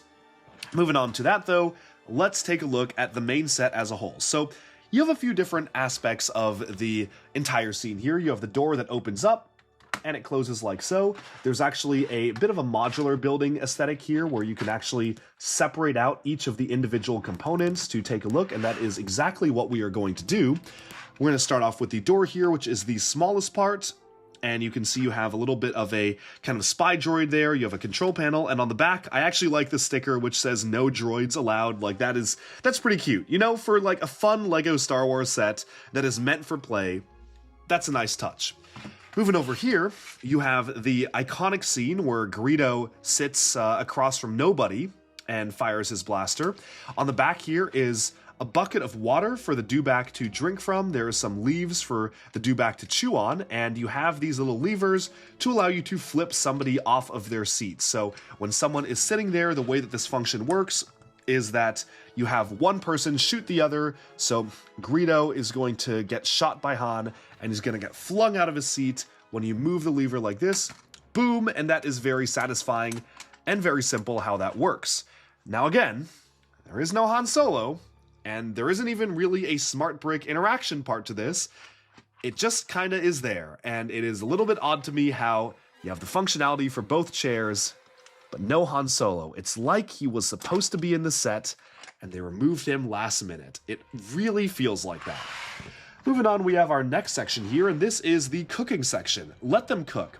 So the way that this works is that you have a lever on the back, which allows you to move this mixer back and forth. One thing that I actually very much appreciate about this is that, very unlike many of the other Smart Play sets, they actually have a printed tile to cover up the Smart Play activation. So when you're not using it, this is actually covered, and I assume they did that so it would look nice on the box without the smart brick. The cynical part of me thinks that, oh, they only bothered to cover it up for this one set because it's the only one that you can see from the front of the box, and it looks weird with just the big red tile there. It just doesn't look right, so they made this. That very well may be the reason why, but it's how it works. It's a little mixer, and this is like, you know, it's a little satisfying. You can move the lever back and forth to move it there, and then of course you have the different ingredients. So you have the red apple, you have, I guess, a meluran fruit, that's kind of this this green like cacti-like piece here, and it's the egg piece colored in green. That's actually quite nice to see, the egg in green. And then you have a blue milk. They have the regular blue milk as well, which is nice, the printed brick. And then they have a regular colored blue one so it can interface with the smart brick sensor. And for the first time, you also have the blue milk in a cup, which I actually love. I love that they did this. This is like my favorite part in the set. That is really cool. And then finally, you have the musician stage. So this is where the Bith musicians can stand here and perform. So you can put like one of them here. You can put the other one here, and they can be your backup musicians. You have, again, the smart brick interaction, which it goes here covered up by a speaker, which is nice. Like, again, you can actually play with this without needing the smart brick, something I cannot say about most of the other sets. And then the way it works is that you can place the figure on, like maybe Greedo is having his solo, his mini superheroes today moment here, and you can move them back and forth, and it's like they're singing and dancing to the music.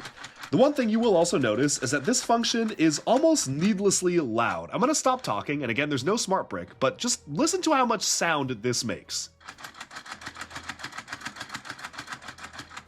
The amount of sound that makes is a surprise tool that will help us later, because that actually deeply affects the way that this works.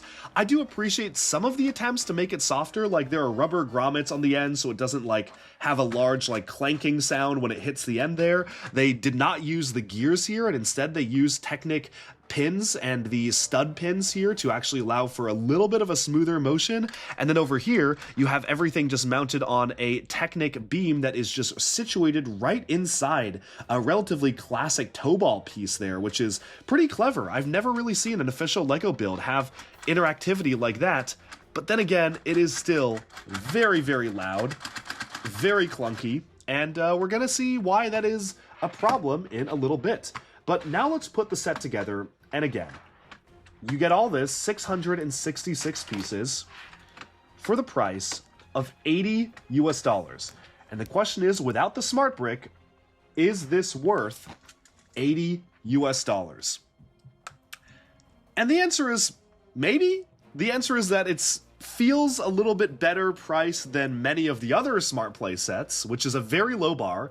The bar is in Mustafar right now, but that is a very low bar, but I still think that for $80, should it really be closer to 60? Absolutely. But for 666 pieces, that's almost 700 parts, and all the different minifigs, no Han Solo sucks, but factoring all that in, again compared to the rest of the wave, it's not the worst. It may, and I hate saying this because $80 is a lot to pay for this, and if this were like any other theme, it would only be like $50 or $60, but for Star Wars, for a set like this with the electronic quote-unquote minifigures, I can see $80 as kinda seeming reasonable.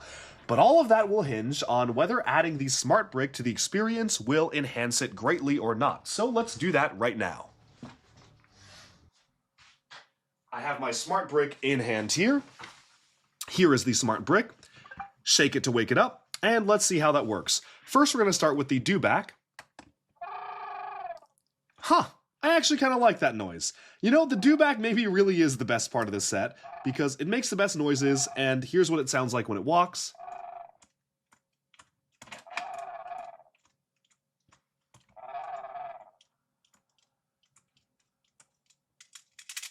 Come on, say something. What happened? There we go. It's very slow. Ooh, different sound. I also realized that that is pretty much a lower pitched version of the Wicket sound, but I don't mind it. For the dewback, that actually kind of sounds like an animal noise. And for once, I actually don't mind that there is a little bit of time it takes between the next sound, because even though it really, like, the way the smart brick is programmed, I know it should be making a noise when I sway it back and forth. I understand why it doesn't do that, because at least for the dewback, it wouldn't be making a sound all the time. There are times where it would walk silently and not speak, so that actually kind of works in its favor. Moving on, though, let's take a look at what these smart minifigures sound like, because of course, they are the highlights of the set. Okay, that's Obi-Wan. It's the same exact speech, but maybe a little lower pitched, and then Greedo. Again, no attempt made to sound like he's saying McClunky, no attempt made to sound like he's speaking in a different language. It is the same sound, but just slightly higher pitched and a little more electronic.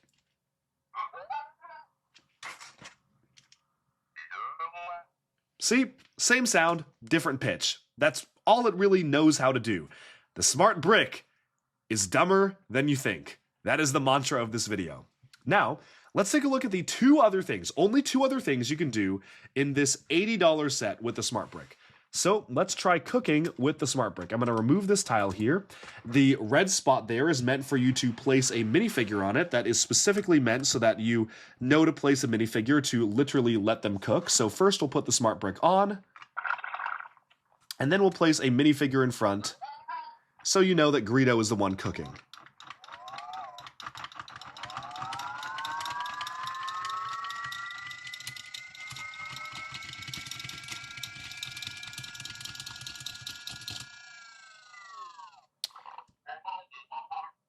Sounds a little more like an airplane engine than an actual fan or mixer, but I don't know, I can see why that could be useful in some applications, but of course you do have the scanner as well, so let's try scanning in different foods. I'm going to start with the green one here, if I can actually manage to take it out of the container it's in.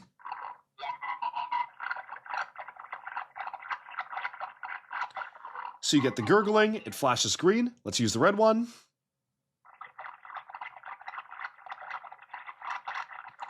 Same gurgling, flashes red, and now the blue milk.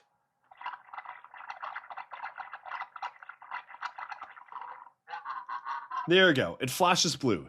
If that feels familiar, well, you are in luck, because that is the exact same functionality as the Yoda's Hut cooking functionality, which I hesitate to say functionality, because it doesn't really do anything. All it does is make the brick flash whatever color of ingredient you put in. There's no distinction in sound. It doesn't really feel like cooking because there's no difference in the recipe. Like, you're not making a recipe here. And then, of course, you have a slightly different sound than the Yoda's one for the jet engine here, or the mixer.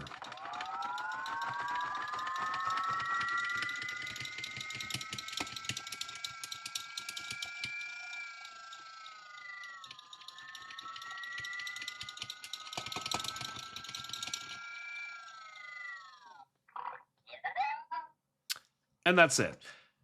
Is that the most exciting thing in the world? No.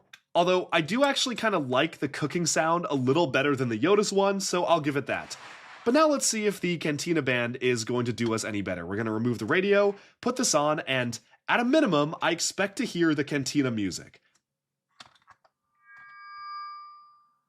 Okay, that was actually a really good mic feedback sound. That was like the most realistic sound I've ever heard out of these. That's awesome. Let's have Obi-Wan sing. And let's hear the music.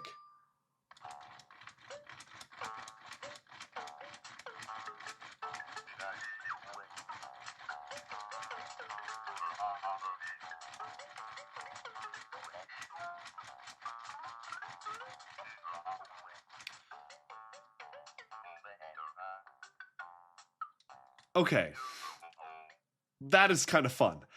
I'm gonna admit, the big question is it gonna sound different with Greedo singing the notes along as well? Because if you hear, there's the background instrumentals, and then depending on the character in there, it actually has them singing a different pitch. So let's put Greedo in and see if that sounds different.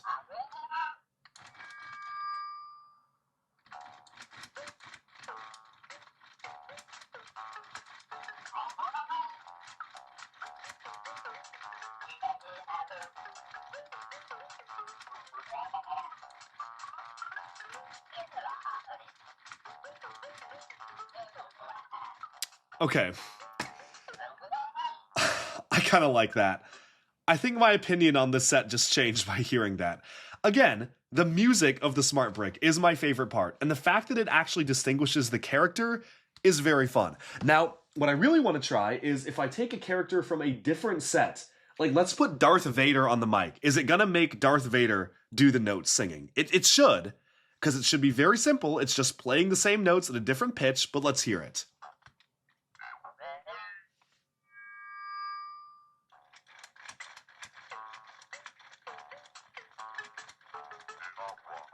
Oh, that's good.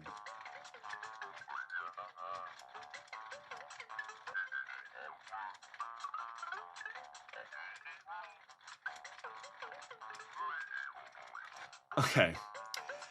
I gotta give it to LEGO Smart Play. I think this is the first time, this review is like at least a couple, like an hour in at this point. I think that is the first time that has put a genuine smile on my face. This is kind of neat. Now let's hear it with just the instrumentals, without the minifigs.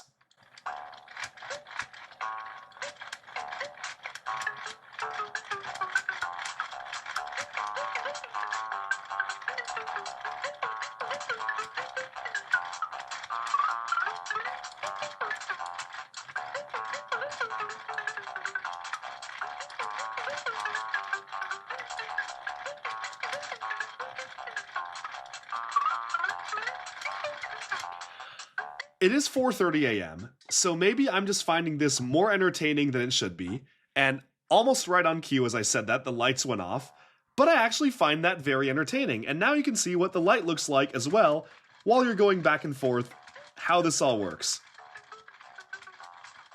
We are in the club right now. This is a Star Wars club. This should start playing the Neomos theme from Andor. Okay, this is actually pretty cool. I do like how it's like shining different colors as well, because you're playing music. I don't know. This is kind of a banger. I think that this is actually pretty cool. This is my favorite part of the set. With the music out of the way, there's really only one final thing I wanted to show, and that is, yes, if you do spend $100 on the Millennium Falcon to get the Smart Han Solo minifigure, how does this interaction actually play out? That was something I was dying to try when I got the Cantina. I cannot believe the amount of money I had to spend to make this happen, but let's see what this scene looks like. I am going to place the Smart Brick. I guess there's no obvious spot to put it. I guess you can kind of put it on the back here. No, I don't even know if it's going to recognize the characters that way. Shake it to wake it up. I guess I'll have to put it right here. I don't even know, though. Like, there's no obvious place to put it. Are these not supposed to... Okay, that was Greedo. How do we do this? Okay, that's Han Solo. It's Greedo, and then Greedo gets shot.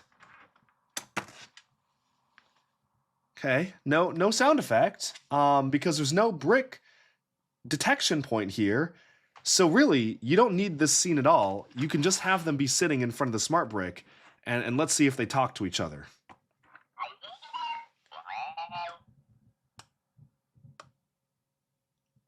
Riveting conversation, guys. Are you going to say anything more? Okay. Someone said something. I don't know which of the two. So they are talking, occasionally. They're having a conversation.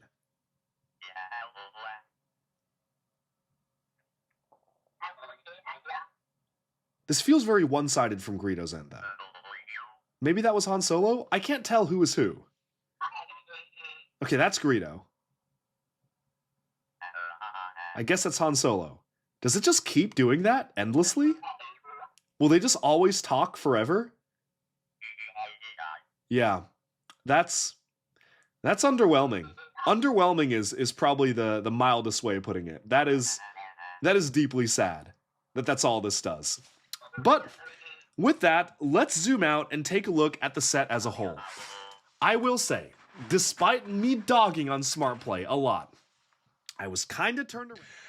Alright, here is the big one. 75426 Millennium Falcon retailing for $100 US and coming with 885 pieces and 4 smart minifigures. Out of all of these, honestly, the value might actually be close to good here. For $100, you get a pretty decently sized play-scale Millennium Falcon, you get 4 minifigures, pretty much all the different characters you would possibly want to have in the Millennium Falcon, other than maybe like Obi-Wan Kenobi and Princess Leia, who typically have come in Millennium Falcons of the past, but again, because LEGO is trying to keep the cost down, and because they're smart minifigs, it only comes with 4. Leia and Obi-Wan do come in the other smart play sets, and I would have loved to see an entire crew of 6 minifigs here, all smart.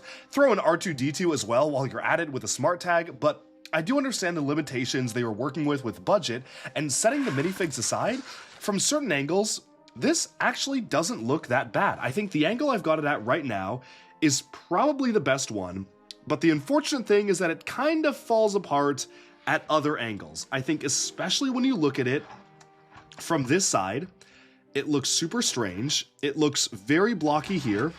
If you look at it top down, it starts to look a little bit odd as well.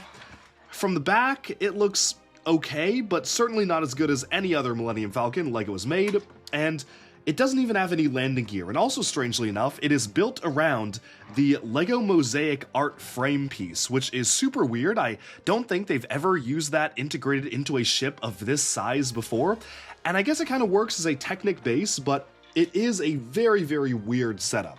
Now, the major thing that you will see that it makes it different than other Millennium Falcons is that there is a very awkward gap here where the cockpit should be fully enclosed. They've actually made a brand new piece. This is a new element they created that's a shorter version of the Falcon cockpit to accommodate the smart brick. And the thing that bothers me is that many of the other sets that we just took a look at had some sort of a placeholder brick here, that it was understood that you had to take it out to use the smart brick. But those were visible to the camera on the box art.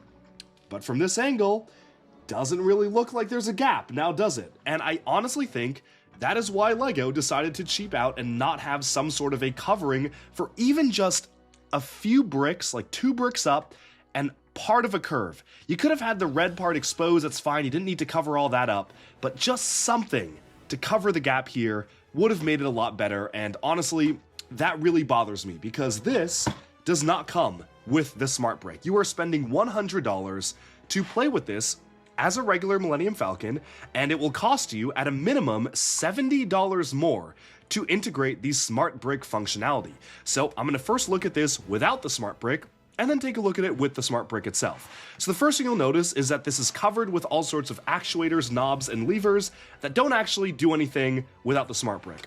This very obvious gear on the side with a red attachment does nothing without the smart brick. This firing button here does essentially nothing without the smart brick. You can remove this fuel container, and while that does look cool, I guess, it doesn't do anything without the smart brick. And then finally, on the other side, you have this wobbling function here, which is the only thing that you can kind of do without the smart brick, but even then, it's not that interesting. So, as it stands right now, this is a Millennium Falcon covered in play features, the only which that you can use are the traditional stud shooters on the top here. You can't angle the gun up or down, it just kind of rotates back and forth. No gun at the bottom, no landing gear at the bottom. The bottom is not meant to be looked at. So, let's take a look at the interior. First of all, these hinges open up like so, and I actually like that. It is actually relatively spacious in the interior, and this entire section does come off, so you can have access to maybe one of the most spacious interiors of any Millennium Falcon, and that's a good thing. As you can see, this is a point of interaction for the smart brick. It doesn't do anything right now. This is a point of interaction. It is actually the same exact piece as the dueling set, so if you get the throne room final duel, that's the same piece. It does not tell if you're fighting someone else. It doesn't really understand what color your lightsaber is supposed to be because that's a generic piece, but it is the same exact platform, and they actually made a brand new piece. Like, this entire black mass is one single piece. It looks like it's made up of existing parts, but that's kind of just what it is. It's one big piece. And this is actually pretty satisfying. So what you can do here, you have the training droid printed on the headpiece here. You can stand up Luke, and you can make it look like he's fighting the training droid. And depending on how you angle the lightsaber, you can kind of pretend to play around with that. And that's something, you know, that is something that you can actually do without the smart brick. So at the very least, you can kind of do this. It's not the most exciting play feature, but it's a little bit of motion in there, so I will say that at least you can play with that feature without the smart brick, which I cannot say about anything else. Now, you do have the iconic game board, which is printed. Very nice to see that printed on a 3x3 dish. You've got the 3 chairs, no sort of bench around it, just 3 chairs, because I guess they didn't really have the space to do that. And one thing that is cool is that in tan, you have the shape of the Millennium Falcon here. You can kind of see like the floor rug or something is in the shape of the Falcon. And I think that's actually pretty cool. I like that that's a nice touch. I'm only really just noticing that now. You also have a bed for the characters to sleep in, and that's how that works over there. And then finally, that's actually about it. You can put a single minifigure in the cockpit, which is smaller than most other Millennium Falcons because it's meant for the smart brick. But that is it. For $100, this is what you get. This is your play experience of an $100 Lego set. The $100 Millennium Falcon plays like this. Value-wise, on its own, is it fun to swish around? Does it feel stable? Yeah, this is probably the most stable play scale Millennium Falcon. It is weird from certain angles, very weird, like very odd. Proportions are strange. These are not long enough, the front mandibles are way too short. But again, with Smart Play, they're trying to make it feel a little bit juniorized, a little bit chibi, a little bit stylized in what they're trying to do with Smart Play, where it kind of feels like a chunkier, goofier version of the Falcon that looks really weird and bad from many angles. But the real question is, after you spend a minimum of another $70 to integrate this with Smart Play, how does it actually work? So I've got a few smart bricks here, and we're going to start with the obvious. What happens when you place this in the cockpit of the Millennium Falcon?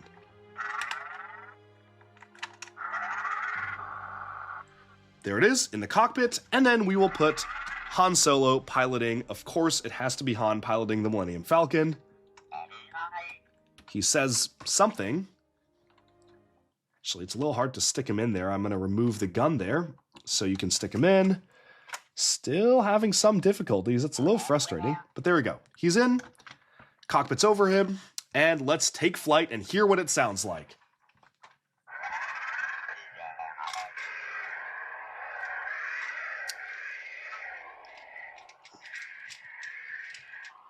Yeah, again, a little more wind tunnely than a lot of the other ones. I think that this is not one of my favorite sounds. It actually is a little bit annoying to listen to. And again, it's because the smart brick can't actually synthesize the right sounds. And speaking of which, let's hear the blasters fire. That sounds very cheap. I do not love that blaster sound at all. That may be the worst blaster sound out of all of them. Well, that's what it sounds like to fire. Once again, with these Smart Play sets, if you get another smart brick and put it into another spaceship, which will cost you even more money, then you can choose to have them battle each other, but it's not really much of a battle because there's no aiming, there's no directionality to pointing. If there's another smart brick attached to another vehicle in the room, it will take hits no matter what. But let's remove that and see what else this set can do. And this actually does have a pretty cool integration of smart bricks. And to showcase this, I'm going to have to turn the lights off. So how this works is you place the smart brick inside the hyperdrive area here, and I'm going to turn my lights off to get the full effect. Hey Google, lights off. With the lights off, let's see what that looks like when I turn this lever.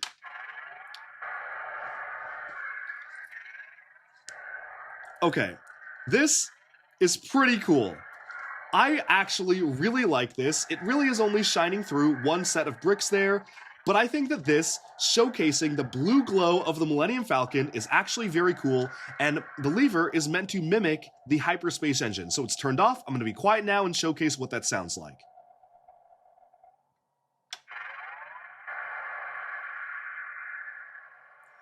It's not the perfect sound, but you kind of get the droop that you hear when you pull the lever and go into hyperspace, and I actually think that's pretty cool. So there we go. Altogether, this allows you to see a little bit of light shining through the back of the ship. It will also just keep making that sound, so I'm going to stop it from making that sound right now. Removing it from there, and there you go. That is actually pretty neat. I love how you can see the blue glow through the back here. That is the kind of thing I would love to see in a smart electronic Lego set. Now, I would also argue that it would have been a lot cheaper to include a different type of brick that just lit up the back here, and when you pressed the button, it made sounds, and then the Millennium Falcon actually looked cool. But alas, that is not what Smart Play is about. There is, however, a couple of other things that you can do. Removing this allows you to play around with the coaxium fuel. And if you know anything about Star Wars lore, if coaxium gets shaken up too much in its liquid form, it will explode. It's very dangerous. So how do they represent this? Okay, you can hear a little bit of fueling, but what happens if you shake it?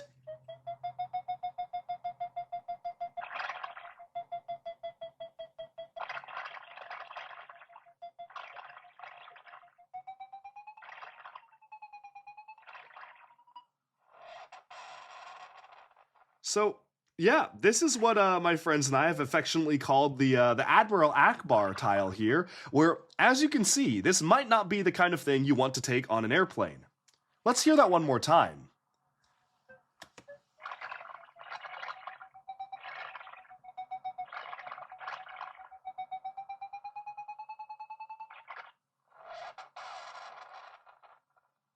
So if you shake it around too much, it starts to beep very violently and explode. Much like a bomb, and I find that very funny. We were having a lot of fun the other night, just throwing this into each other's rooms while screaming and having it make those loud beeping sounds, which I think on camera it's not doing as effectively as it was yesterday. Like yesterday I would put it on, and all it would do was go and then blow up, which was very funny because this is basically the bomb piece, but that is what that is. I got a lot more entertainment out of the fuel section than I honestly thought I would. And then of course, you have the interior lightsaber duel part of it, so let's go ahead and play around with that and hear what that sounds like. So you place the brick on the lightsaber mount right here, and then you place Luke, and let's hear it.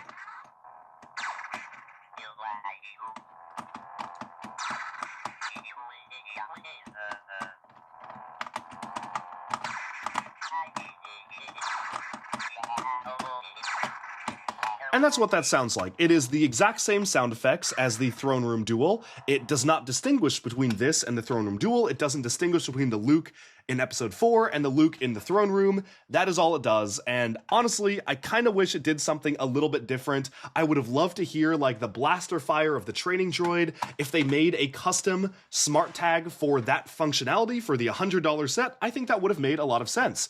But clearly, $100 was not enough budget to give it a custom functionality, so instead, it just has the same one as the Throne Room Duel, which feels, even for Smart Brick, a little lazy to me.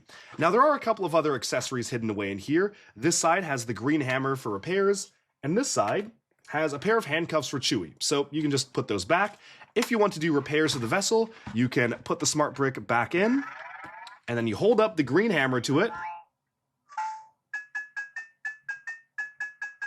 and it makes a sound effect. The same sound effect we've heard on all the other ships, nothing different, and that's it.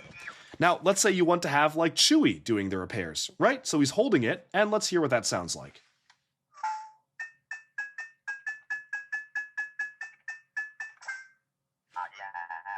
Oh wait, it's the same sound effect, because smart bricks, repeat after me, are dumber than they think. I would have loved to hear Chewie making his signature noises as he's trying to repair the Millennium Falcon. That feels like a very base functionality of this.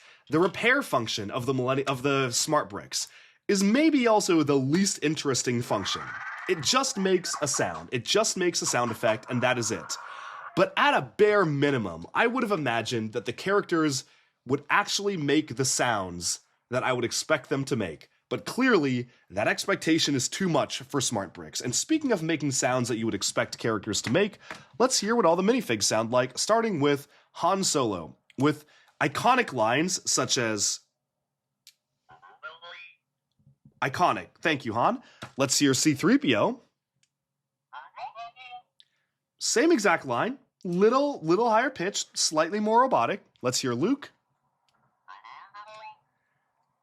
Also slightly higher pitch, but maybe a little less robotic. And then finally, Chewie.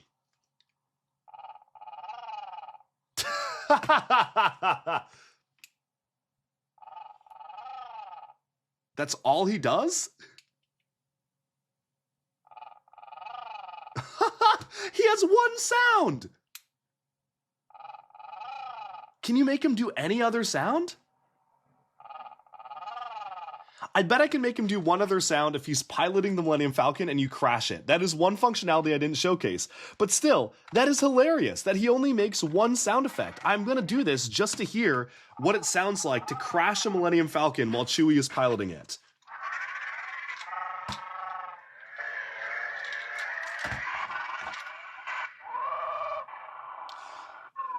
Oh, that's not even that fun. It's just the whoa sound, but pitched down a little bit because it's Chewie. It's not even a custom sound for him. Wow, that is LEGO Smart Play for you. So there you have it. What I just showed you is a minimum $170 experience. 100 for the Millennium Falcon, 70 for the cheapest set that currently includes the Smart Brick. Was it worth it? I don't think so. And again, if you want to have the Millennium Falcon fight Darth Vader's TIE Fighter, let's say you buy both of them, right? You get both sets, you want them to duel, oh no, you have to spend another $90 to get the X-Wing, to get a second Smart Brick. The Smart Bricks are locked behind a $70 set, a $90 set, and a $160 set. If there was a way to order these by themselves from LEGO.com, if you could spend $15, even $20, to buy these individually, I wouldn't support it because then it would feel like, wow, you're really selling incomplete sets that you have to buy another piece of electronics online just to be able to play with them.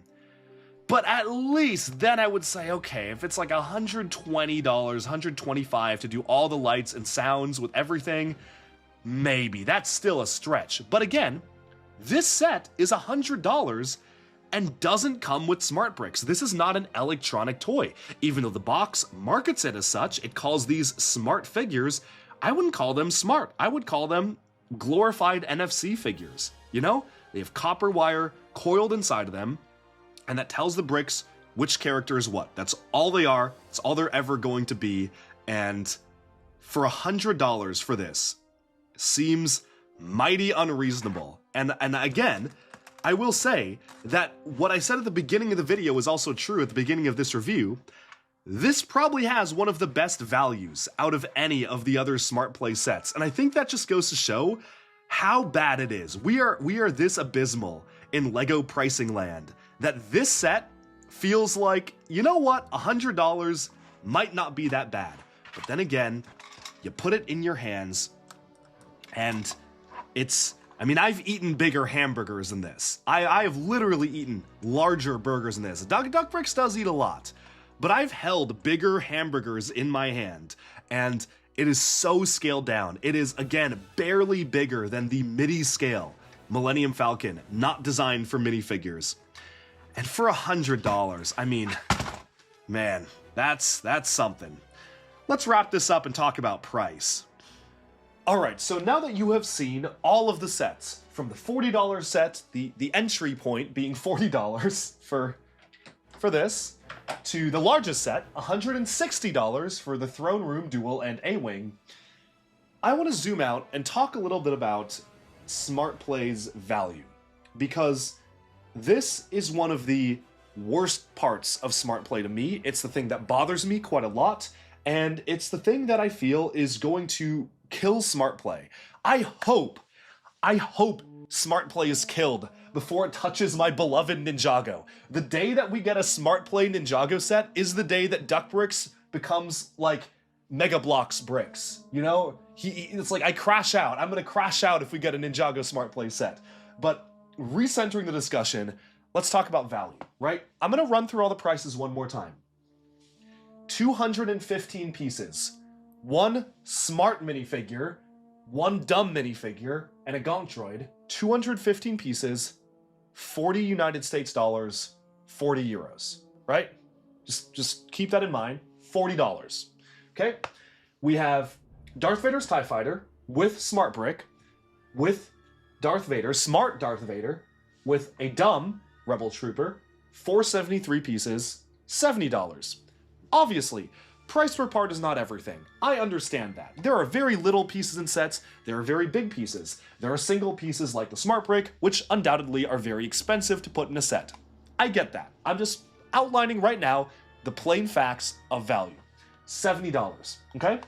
Other $70 set. Yoda's Hut and Jedi Training, 2 smart minifigures, 1 dumb R2-D2, 440 pieces, 70 United States dollars. 70. Just let that sink in. I'm giving my words dramatic effect here. I'm letting you process it. I'm giving you time to process the prices. Okay? ATSD Attack on Endor, 347 pieces, 1 smart minifigure, 2 dumb minifigures, $50. Somehow that is like the best value out of all of them. I don't know how, but like somehow this one is like, I mean, it's 347 pieces for, it's not even that, like, it's not even good value, but compared to everything else, it's like, okay, I guess. The Mos Eisley Cantina, the like Devil set here with 666 pieces, 2 smart minifigures, 3 dumb minifigures, no Han Solo, by the way. You have Greedo, but no Han Solo. For the Mos Eisley Cantina, $80. $80. The Luke's Red 5 X-Wing with 1 smart brick, 2 smart minifigures, 3 dumb minifigures. Well, technically 2 dumb minifigures and R2-D2, who is, I guess, sort of smart because he has a smart tag on his back. But, you know, he's a dumb minifigure. $90. Then you have the Millennium Falcon with 4 smart minifigures, no smart brick, $100, and Throne Room, $160, 3 smart minifigs, 3 dumb minifigs. Okay. It's 962 pieces, 885 pieces, 581 pieces. For the sake of discussion, let's ignore price per part. You know, for the sake of discussion. Just because, obviously, there are electronic components. Price per part isn't everything. So let's move that aside. I don't understand why these are so expensive. I own prototype smart brick minifigures. I know what's inside of them. They are regular minifigures with a little bit of copper wire, small little circuit, little tiny PCB, will cost you nothing. I don't even think it's a real PCB. I think it's just a series of copper wires in a specific configuration for the smart brick to identify what minifigure it is. I could stick copper wire into a minifigure for pennies on the dollar. It would not cost me any more to do that. Now, of course, they have to make a new machinery to like loop the copper wire in a certain way so you know what minifigure it is. Okay, let's generously say that the value of a smart minifigure, and this pains me to say this, generously, let's say the value is like $8, maybe $10 generously. Do I think that this is worth any more than a regular minifigure? No, I actually think they're worth a little less because they look ugly. But okay, digital play, $10. Take Luke out of there. You have the smart tile as well, which is also just a modified 2x2 tile with a little bit of copper wire inside so it knows what tile it is. Also, should not really cost that much to make. $5, right? Take $15 off the price of $40 there. You know? How much are we getting? $25 for this? And that's generous. That's saying that Luke is worth $10 and the smart tag is worth $5, which I disagree with. This is the smallest Luke's Landspeeder that we have gotten since 1999. That's minifigure scale. I think that's right. I'm saying this based off my memory, just in my hand. I think it is the smallest one. I could be wrong on that, but I'm pretty sure. Obviously, I'm not counting the Comic-Con one and all that. Like, that was a microfighter. You have a little tiny hut for the Jawa. By itself, this should be a $20 set. 25 tops. This is $40 in my hand. $40, and there's no smart brick. Look, if it had the smart brick in it, fine. Genuinely, I would be like, I'd be annoyed, but I'd be like, okay, it has the smart brick. It is an all-in-one play experience. You can make the sound effects. You can make it shoot. You have the repair thing. You have the fuel thing. Okay, fine. $40 with the smart brick. But it doesn't have the smart brick. There's no smart brick in the set. It's not very smart of them, is it? Actually, no, it is very smart of them, because Lego is gonna make sure that kids buy this for $40, by the way, $40 of Lego in my hands. $40. And then the kids are gonna go in the instruction manual, and there's booklets and pages of, imagine how much fun this would be if you spent, at a minimum, another $70, right, kids? Like, if you, like, look at all the stuff that you could do if you spent another $70. Oh, but you can't do it! You can't do that because you're too poor. You didn't spend $70 to get the smart brick on your $40 Landspeeder. So you're out of luck, you know? You know this big red button to shoot doesn't do anything. Okay, doesn't do anything. You can imagine it does something, but it doesn't do anything. This is way smaller than anything else, and I don't get that. Like, it's just maddening to me how they expect kids to be fine with that. Like the Millennium Falcon I called out as well. Yoda's hut, at least the hut, and I'm trying to be unbiased here, like I'm trying to give my general opinion, the hut is nice. The hut is a nice build. I actually think the hut is one of my favorite Yoda's hut minifigure based builds. I kind of like it more than the one that we got in, I want to say 2018, that was a standalone set. It's actually really clean. Like this hut, it's nice. Wow, the smart brick sets have exploded on the floor like trash, like where they belong. But I actually think this hut is nice. You know, like you've got different things to cook, you have a nice interior, there's nothing that explicitly calls out a smart brick in it. In fact, this is one of the few sets that actually has you build like a fake smart brick, so you can actually have that to fill up the space it would take in the form of this orange block. Like, that's nice.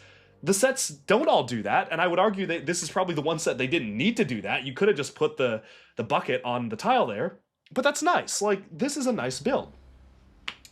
This is also a good, like, $35 or $40 build tops, and I'm being very generous by saying what's in my hands right now is like $35 to $40. It's really only like 30, but generously, let's say 40. And then you have this absolute monstrosity. No attempt made for $70, by the way, $70. No attempt made to make this blend into the scene, to make it look like a tree. And again, you don't have the smart brick. So as I said before, $140 to make this work. It whines a little bit here. Yoda talks funny, and you can kind of cook for him.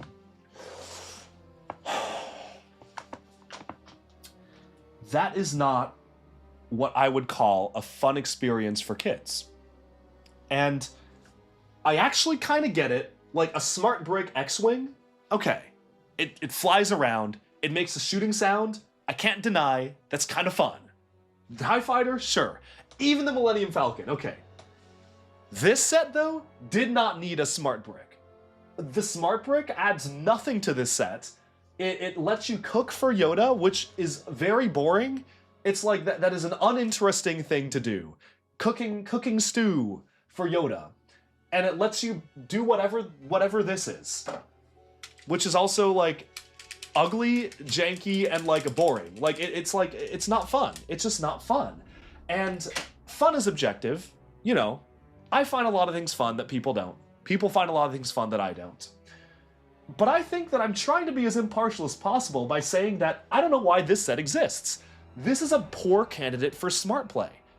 At least every other set includes a vehicle, or an animal, at least, right? An animal or vehicle that you can move around. This makes no sense to me. Yoda's hut is the weirdest one to me, because I think they could have made this an amazing playset. Literally, don't change anything about that build. Keep it by itself, charge $40, have Yoda, Luke, R2. Perfect set. Awesome set. Love that set. 70? For this and the Daredevil scales, and for when you get the smart brick for $70 more for it to do nothing, that's ridiculous. This is now like, this is a garbage set. I don't think anyone should buy that set. Like, it's ridiculous. Like, this set is weird. I don't know why it exists like that. And it frustrates me, because out of all of the builds on this table, I think that Yoda's hut is the nicest build. Out of literally all of them. Maybe the throne room duel, this actually kind of reminds me of some of like the classic LEGO Star Wars like lightsaber fight sets. This is okay. These two are okay. The Millennium Falcon looks really whack from a lot of angles. It looks okay at that angle, and it looks really whack at most other angles. The backs of all these other ships are open, so you can't really even like treat them like a normal LEGO Star Wars ship. Like a kid who spent $90 on this. I mean, if I earn money, if I earn my allowance and saved up to spend $90 on this, and I know there's more to the set. There's like a little gun turret. So there's a gun turret, there's like little fueling stations. But $90 for, like, you get an X-Wing because you want an X-Wing. You don't get an X-Wing because you want a gun turret and because you want a refueling station. No, you get an X-Wing because you want an X-Wing. 90 for this, that has an open back, that has a cockpit that's too short. Cool new piece though, I will say, I like this piece. But a cockpit that is too short is ridiculous. It is baffling to me and very deeply frustrating. Deeply frustrating to me. And that's all. I feel myself very frustrated, and I think that this might be the angriest Duck Bricks has been on video. I think that I've genuinely kept it together on this channel, and I think that I actually am very easy to please when it comes to LEGO. I am more easy to please than maybe anybody else in the world. You could put an absolute like slop set in front of me, and I'll be like, you know, I'll add it to my collection. Like these. But this is the first time, like, I'm a big LEGO collector. Those who maybe are watching this for the first time, or maybe you don't follow the channel that much, I try to get like almost every LEGO set. Definitely every LEGO Star Wars set. I've never once, and there have been some stinkers, you know, there have been some real stinkers, but I've never once purchased a set with my own money and gone, wow, if I didn't have a YouTube channel, I don't think I would buy this set. Like, I got all these sets for YouTube, to do this video, because I wanted to talk about Smart Play on this channel. I got all these for this. When I was checking out this set, I genuinely, I mean, I would have bought it for my collection, just to have it. But I genuinely was like, this is stupid. This is ridiculous. Nobody other than me, who's insane, like, I am genuinely, there is something wrong with my mind to make me want to have spent $70 on that. Nobody should be getting that set.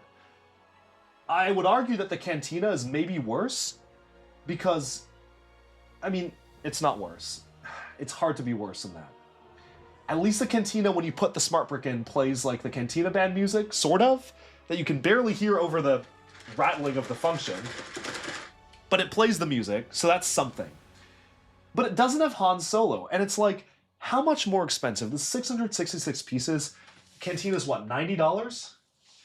$80. $80 Cantina, 666 pieces. Really couldn't have thrown in Smart Han Solo? Was he really that much more expensive?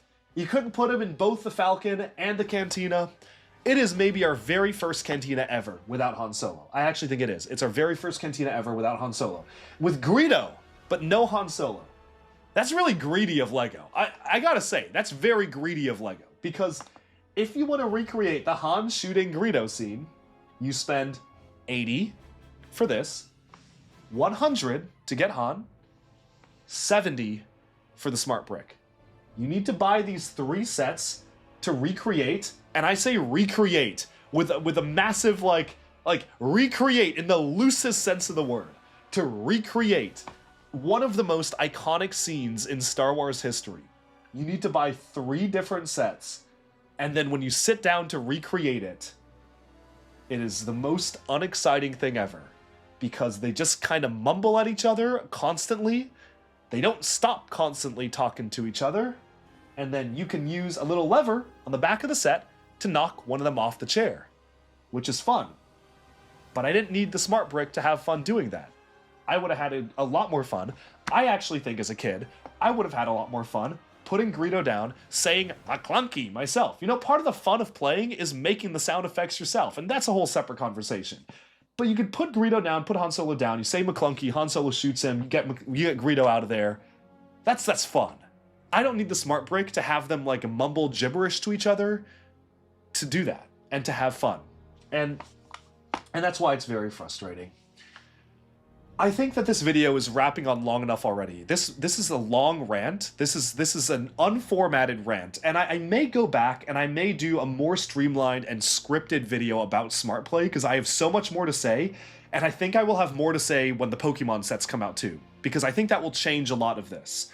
But my big fear is that LEGO obviously wants Smart Play to be the next big thing, to do really well. And I'm very worried that they will get the wrong impression by the Pokemon sets. If you look at the market right now, LEGO Pokemon, for the first time ever, it's historic. 3 sets on the market.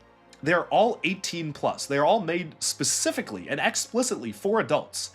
Pikachu's like $200. The main trio is $650. Kids are not going to be buying these, right? Like, no kid is gonna walk in the store and dump $650. Not even like Baby Duck Bricks would have done that, you know? No kid's gonna be able to walk in the store and buy that. Those are for adults. So this summer, when the kid-themed Pokemon sets come, and they are all themed around Smart Play, and you have to, like, you can't escape Smart Play because there's not a single rumored Pokemon set that doesn't tie into Smart Play for kids right now. I feel like they're gonna sell well no matter what. If a kid walks into a store, and we don't know the prices yet, but let's say Pikachu's like $60, maybe generously 50. You know, a small Pikachu with a smart brick, let's say they charge 50. Let's say they charge 50. Kids and Lego's gonna get the wrong takeaway from it. You know, Lego is going to take away that, oh, these are popular. Kids like these. Kids like Smart Play because they're purchasing the Smart Play Pokemon sets. And that is genuinely what terrifies me, because I think that no matter what, Smart Play Pokemon is going to sell well. Even if it is the worst thing in the world that doesn't make accurate noises. Actually, we know they won't make accurate noises because Pikachu's not saying Pikachu with that synthesizer. You know the noises will not be accurate, but it doesn't matter. It's because they're cheap and because they're made for kids. I think they're going to sell well. And that is what scares me, because I think that then LEGO is going to take that away and say, hey, kids like Smart Play. This is a profitable business for us to explore. You know? Let's make more Smart Play sets. So that is one thing that scares me. Final 2 notes I want to make on this video, and that is that, number 1, this reminds me a lot of the LEGO Mario play experience. And it shocks me because I've always been a pretty firm critic of the Super Mario LEGO experience. I have always felt that LEGO Mario would sell best if they just did minifigure-based sets and that was it. And I think that that is a no-brainer for LEGO, and I don't know why they keep doing that. And I think the only reason that LEGO Mario is remotely selling okay is that kids like Mario, and kids want to play with LEGO Mario. But Mario has a digital minifigure, a digital mega figure that you turn it on, it has a screen. He actually has a speaker that makes good sounds. He makes the authentic sounds from the game. He says, LEGO Mario time! You got digital Luigi, you have digital Princess Peach, and even then, when they make the authentic noises, I've always felt that the game felt a little bit hollow. It's all about trying to get coins, but there's no real challenge. There's no real like attacks or dodges. You just kind of like stomp Mario on the scanner. Like you stomp Mario on like the Bowser like scanning tool over and over again, and then you just hit him. You just keep hitting him over and over again, and then finally Bowser dies. And that's it. You just pound him to death. And that's all you do. And even that, like, I was like, this is boring, this is lame. And yes, I am Duck Bricks. I bought every Super Mario set. I understand that. Like, I know that I got those, but you, like, I get everything. So I'm not a good metric here, because I get things from my collection. But Super Mario, LEGO Super Mario has persisted since 2020. It's now 2026. We are still getting digital-based Super Mario sets because LEGO thinks that because they sell decently well, that people like the system. I don't think people like the system. I think people just like LEGO Mario, and if they did a CMF series or if they did minifigures, they would sell even better. But LEGO hasn't even bothered to try it because they have deluded themselves into thinking that the digital Lego Mario system is actually fun for kids, and that kids actually like it. And I'm very worried that will happen to Smart Play. Now, another thing that folks have mentioned is that I've actually talked to multiple different people about Smart Play in the LEGO community and outside the LEGO community, and one of the things that I've heard actually twice in the past few days was Smart Play would have been so much better if they started with LEGO City. And the answer is they actually technically did. Last year in the UK, there was a pilot program for Smart Play where families were sent Smart Play sets for their kids to test and play with in the form of LEGO City sets, and they had to send them back. Side note, if anybody happened to hold on to theirs and is looking to sell, I will pay good money for those because I really want to test those out and do a video on them. They are impossible to find online. But anyway, there were 3 sets. I don't know if they're ever going to get released ever. Probably not, because they were a demo test only. And they did it with City. And City, I think you can actually get away with a lot of the things and problems I have. You don't need to do dogfights in LEGO City, right? You're not going to have someone shooting at someone else in LEGO City. Unless the police are going real crazy. But, I mean, that's not how LEGO police work. So you don't have to have that level of competitive play where just because I'm aiming the TIE fighter somewhere else and it hits the X-Wing, it doesn't matter. Like, that doesn't matter. The other major thing, right, is that LEGO City doesn't have iconic noises. You can put a smart brick next to a smart construction worker and he goes, rah, rah, rah, rah. Great. I believe that minifigure would make that noise. Fine. Does he sound a little robotic? Sure, but that's fine. Because it's not an IP. I think starting it with Star Wars was LEGO's bid to almost force Smart Play to sell well, to almost make it such that it was a success to the executives, it was a success numbers-wise, so they could justify the amount of R&D that they put into this. Again, LEGO spent 9 years developing the Smart Brick. The minifigures are copyrighted to 2022, meaning that for 4 years, they've basically had the minifigures ready to go. They spent so much time and so much money on Smart Play that if it didn't do well upon launch, I think there would be some serious corporate repercussions within the LEGO group, and I think they know that. And I think that is why they started with Star Wars, because kids are going to get tricked into buying the Millennium Falcon, thinking that there's a Smart Brick in it, realizing there isn't, getting upset, maybe then buying the TIE Fighter. Kids are gonna get tricked, or maybe kids will just like want, there's no regular X-Wing, there's no regular Millennium Falcon, there's no regular Darth Vader TIE. None of these sets are on shelves in a regular form right now. So if it's been years, the last regular Millennium Falcon we got was Rise of Skywalker in 2019. So if kids want a regular Millennium Falcon, they have to buy that. So even if they don't care about Smart Play at all, a kid who wants a Millennium Falcon, who wasn't a LEGO fan in 2019 or wasn't born in 2019 or whatever, will need to buy this to be able to get a Millennium Falcon. And I think LEGO is counting on that so they can go back and the team behind Smart Play can say, look, Smart Play is selling well. People are buying Smart Play. The Millennium Falcon's doing great. The X-Wing is flying off the shelves. And that will justify the 9 years of work they put into the product. It feels desperate. It's like a bit of desperation to launch it with Star Wars and Pokemon. And maybe that's a very pessimistic way of looking at things. And maybe I am just in a pessimistic mood with LEGO Smart Play this week and genuinely being frustrated with how it works. But honestly, those are just my thoughts. I think it does not sit right to me that it's not very clear on the fronts of these boxes which ones have the Smart Brick and which ones don't. This one says, add Smart Brick to Play Interactive, and in tiny text it says not included. And unless you're very much in the LEGO fandom sphere, I can see that totally being missed. I can see that totally being glazed over, and I think that's a little deceptive. I think that kids are going to be disappointed who save up for these, wanting to hear it make sounds or lights, and it doesn't do that. And they're going to have to spend more money, and it just feels a little predatory. I've never really... LEGO does a lot of different things that I agree or don't agree with, but it's never felt this bad in terms of trying to, like, trick people into buying stuff. At least with Super Mario, it's very clear whether or not digital Mario is included in the set to play with or not. Like, it is just a course without Mario. But the lines are so blurred here when the Smart Brick is so small and, like, it has the smart minifigures in it. And I just think that it's a little bit deceptive. And I think that they're going to force people or trick people into spending more money. And to that I say don't. Like, don't do that. I hope that Smart Play... Here's the thing. It's not that I don't want LEGO to innovate. I love it when LEGO innovates. I think that as a company, you need to innovate to survive. I've always been a fan of LEGO experimenting with different things. One of my favorite eras of LEGO was when they were experimenting with different building styles and techniques. When LEGO Technic was made, when Bionicle was made. I love Bionicle, and I recognize that that was an experiment. That is so different than regular LEGO, but I love it for what it was. And I'm not saying LEGO should stop trying to innovate on the brick, but I just feel that the problem with the smart bricks is that they could have been so good.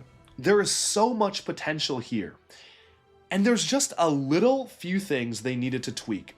If they made these make the authentic sounds, if they actually had a shooting way to like dodge, if they actually had a little bit better price sets, especially the ones that did not include smart bricks, I think that these would be really fun for kids to play with.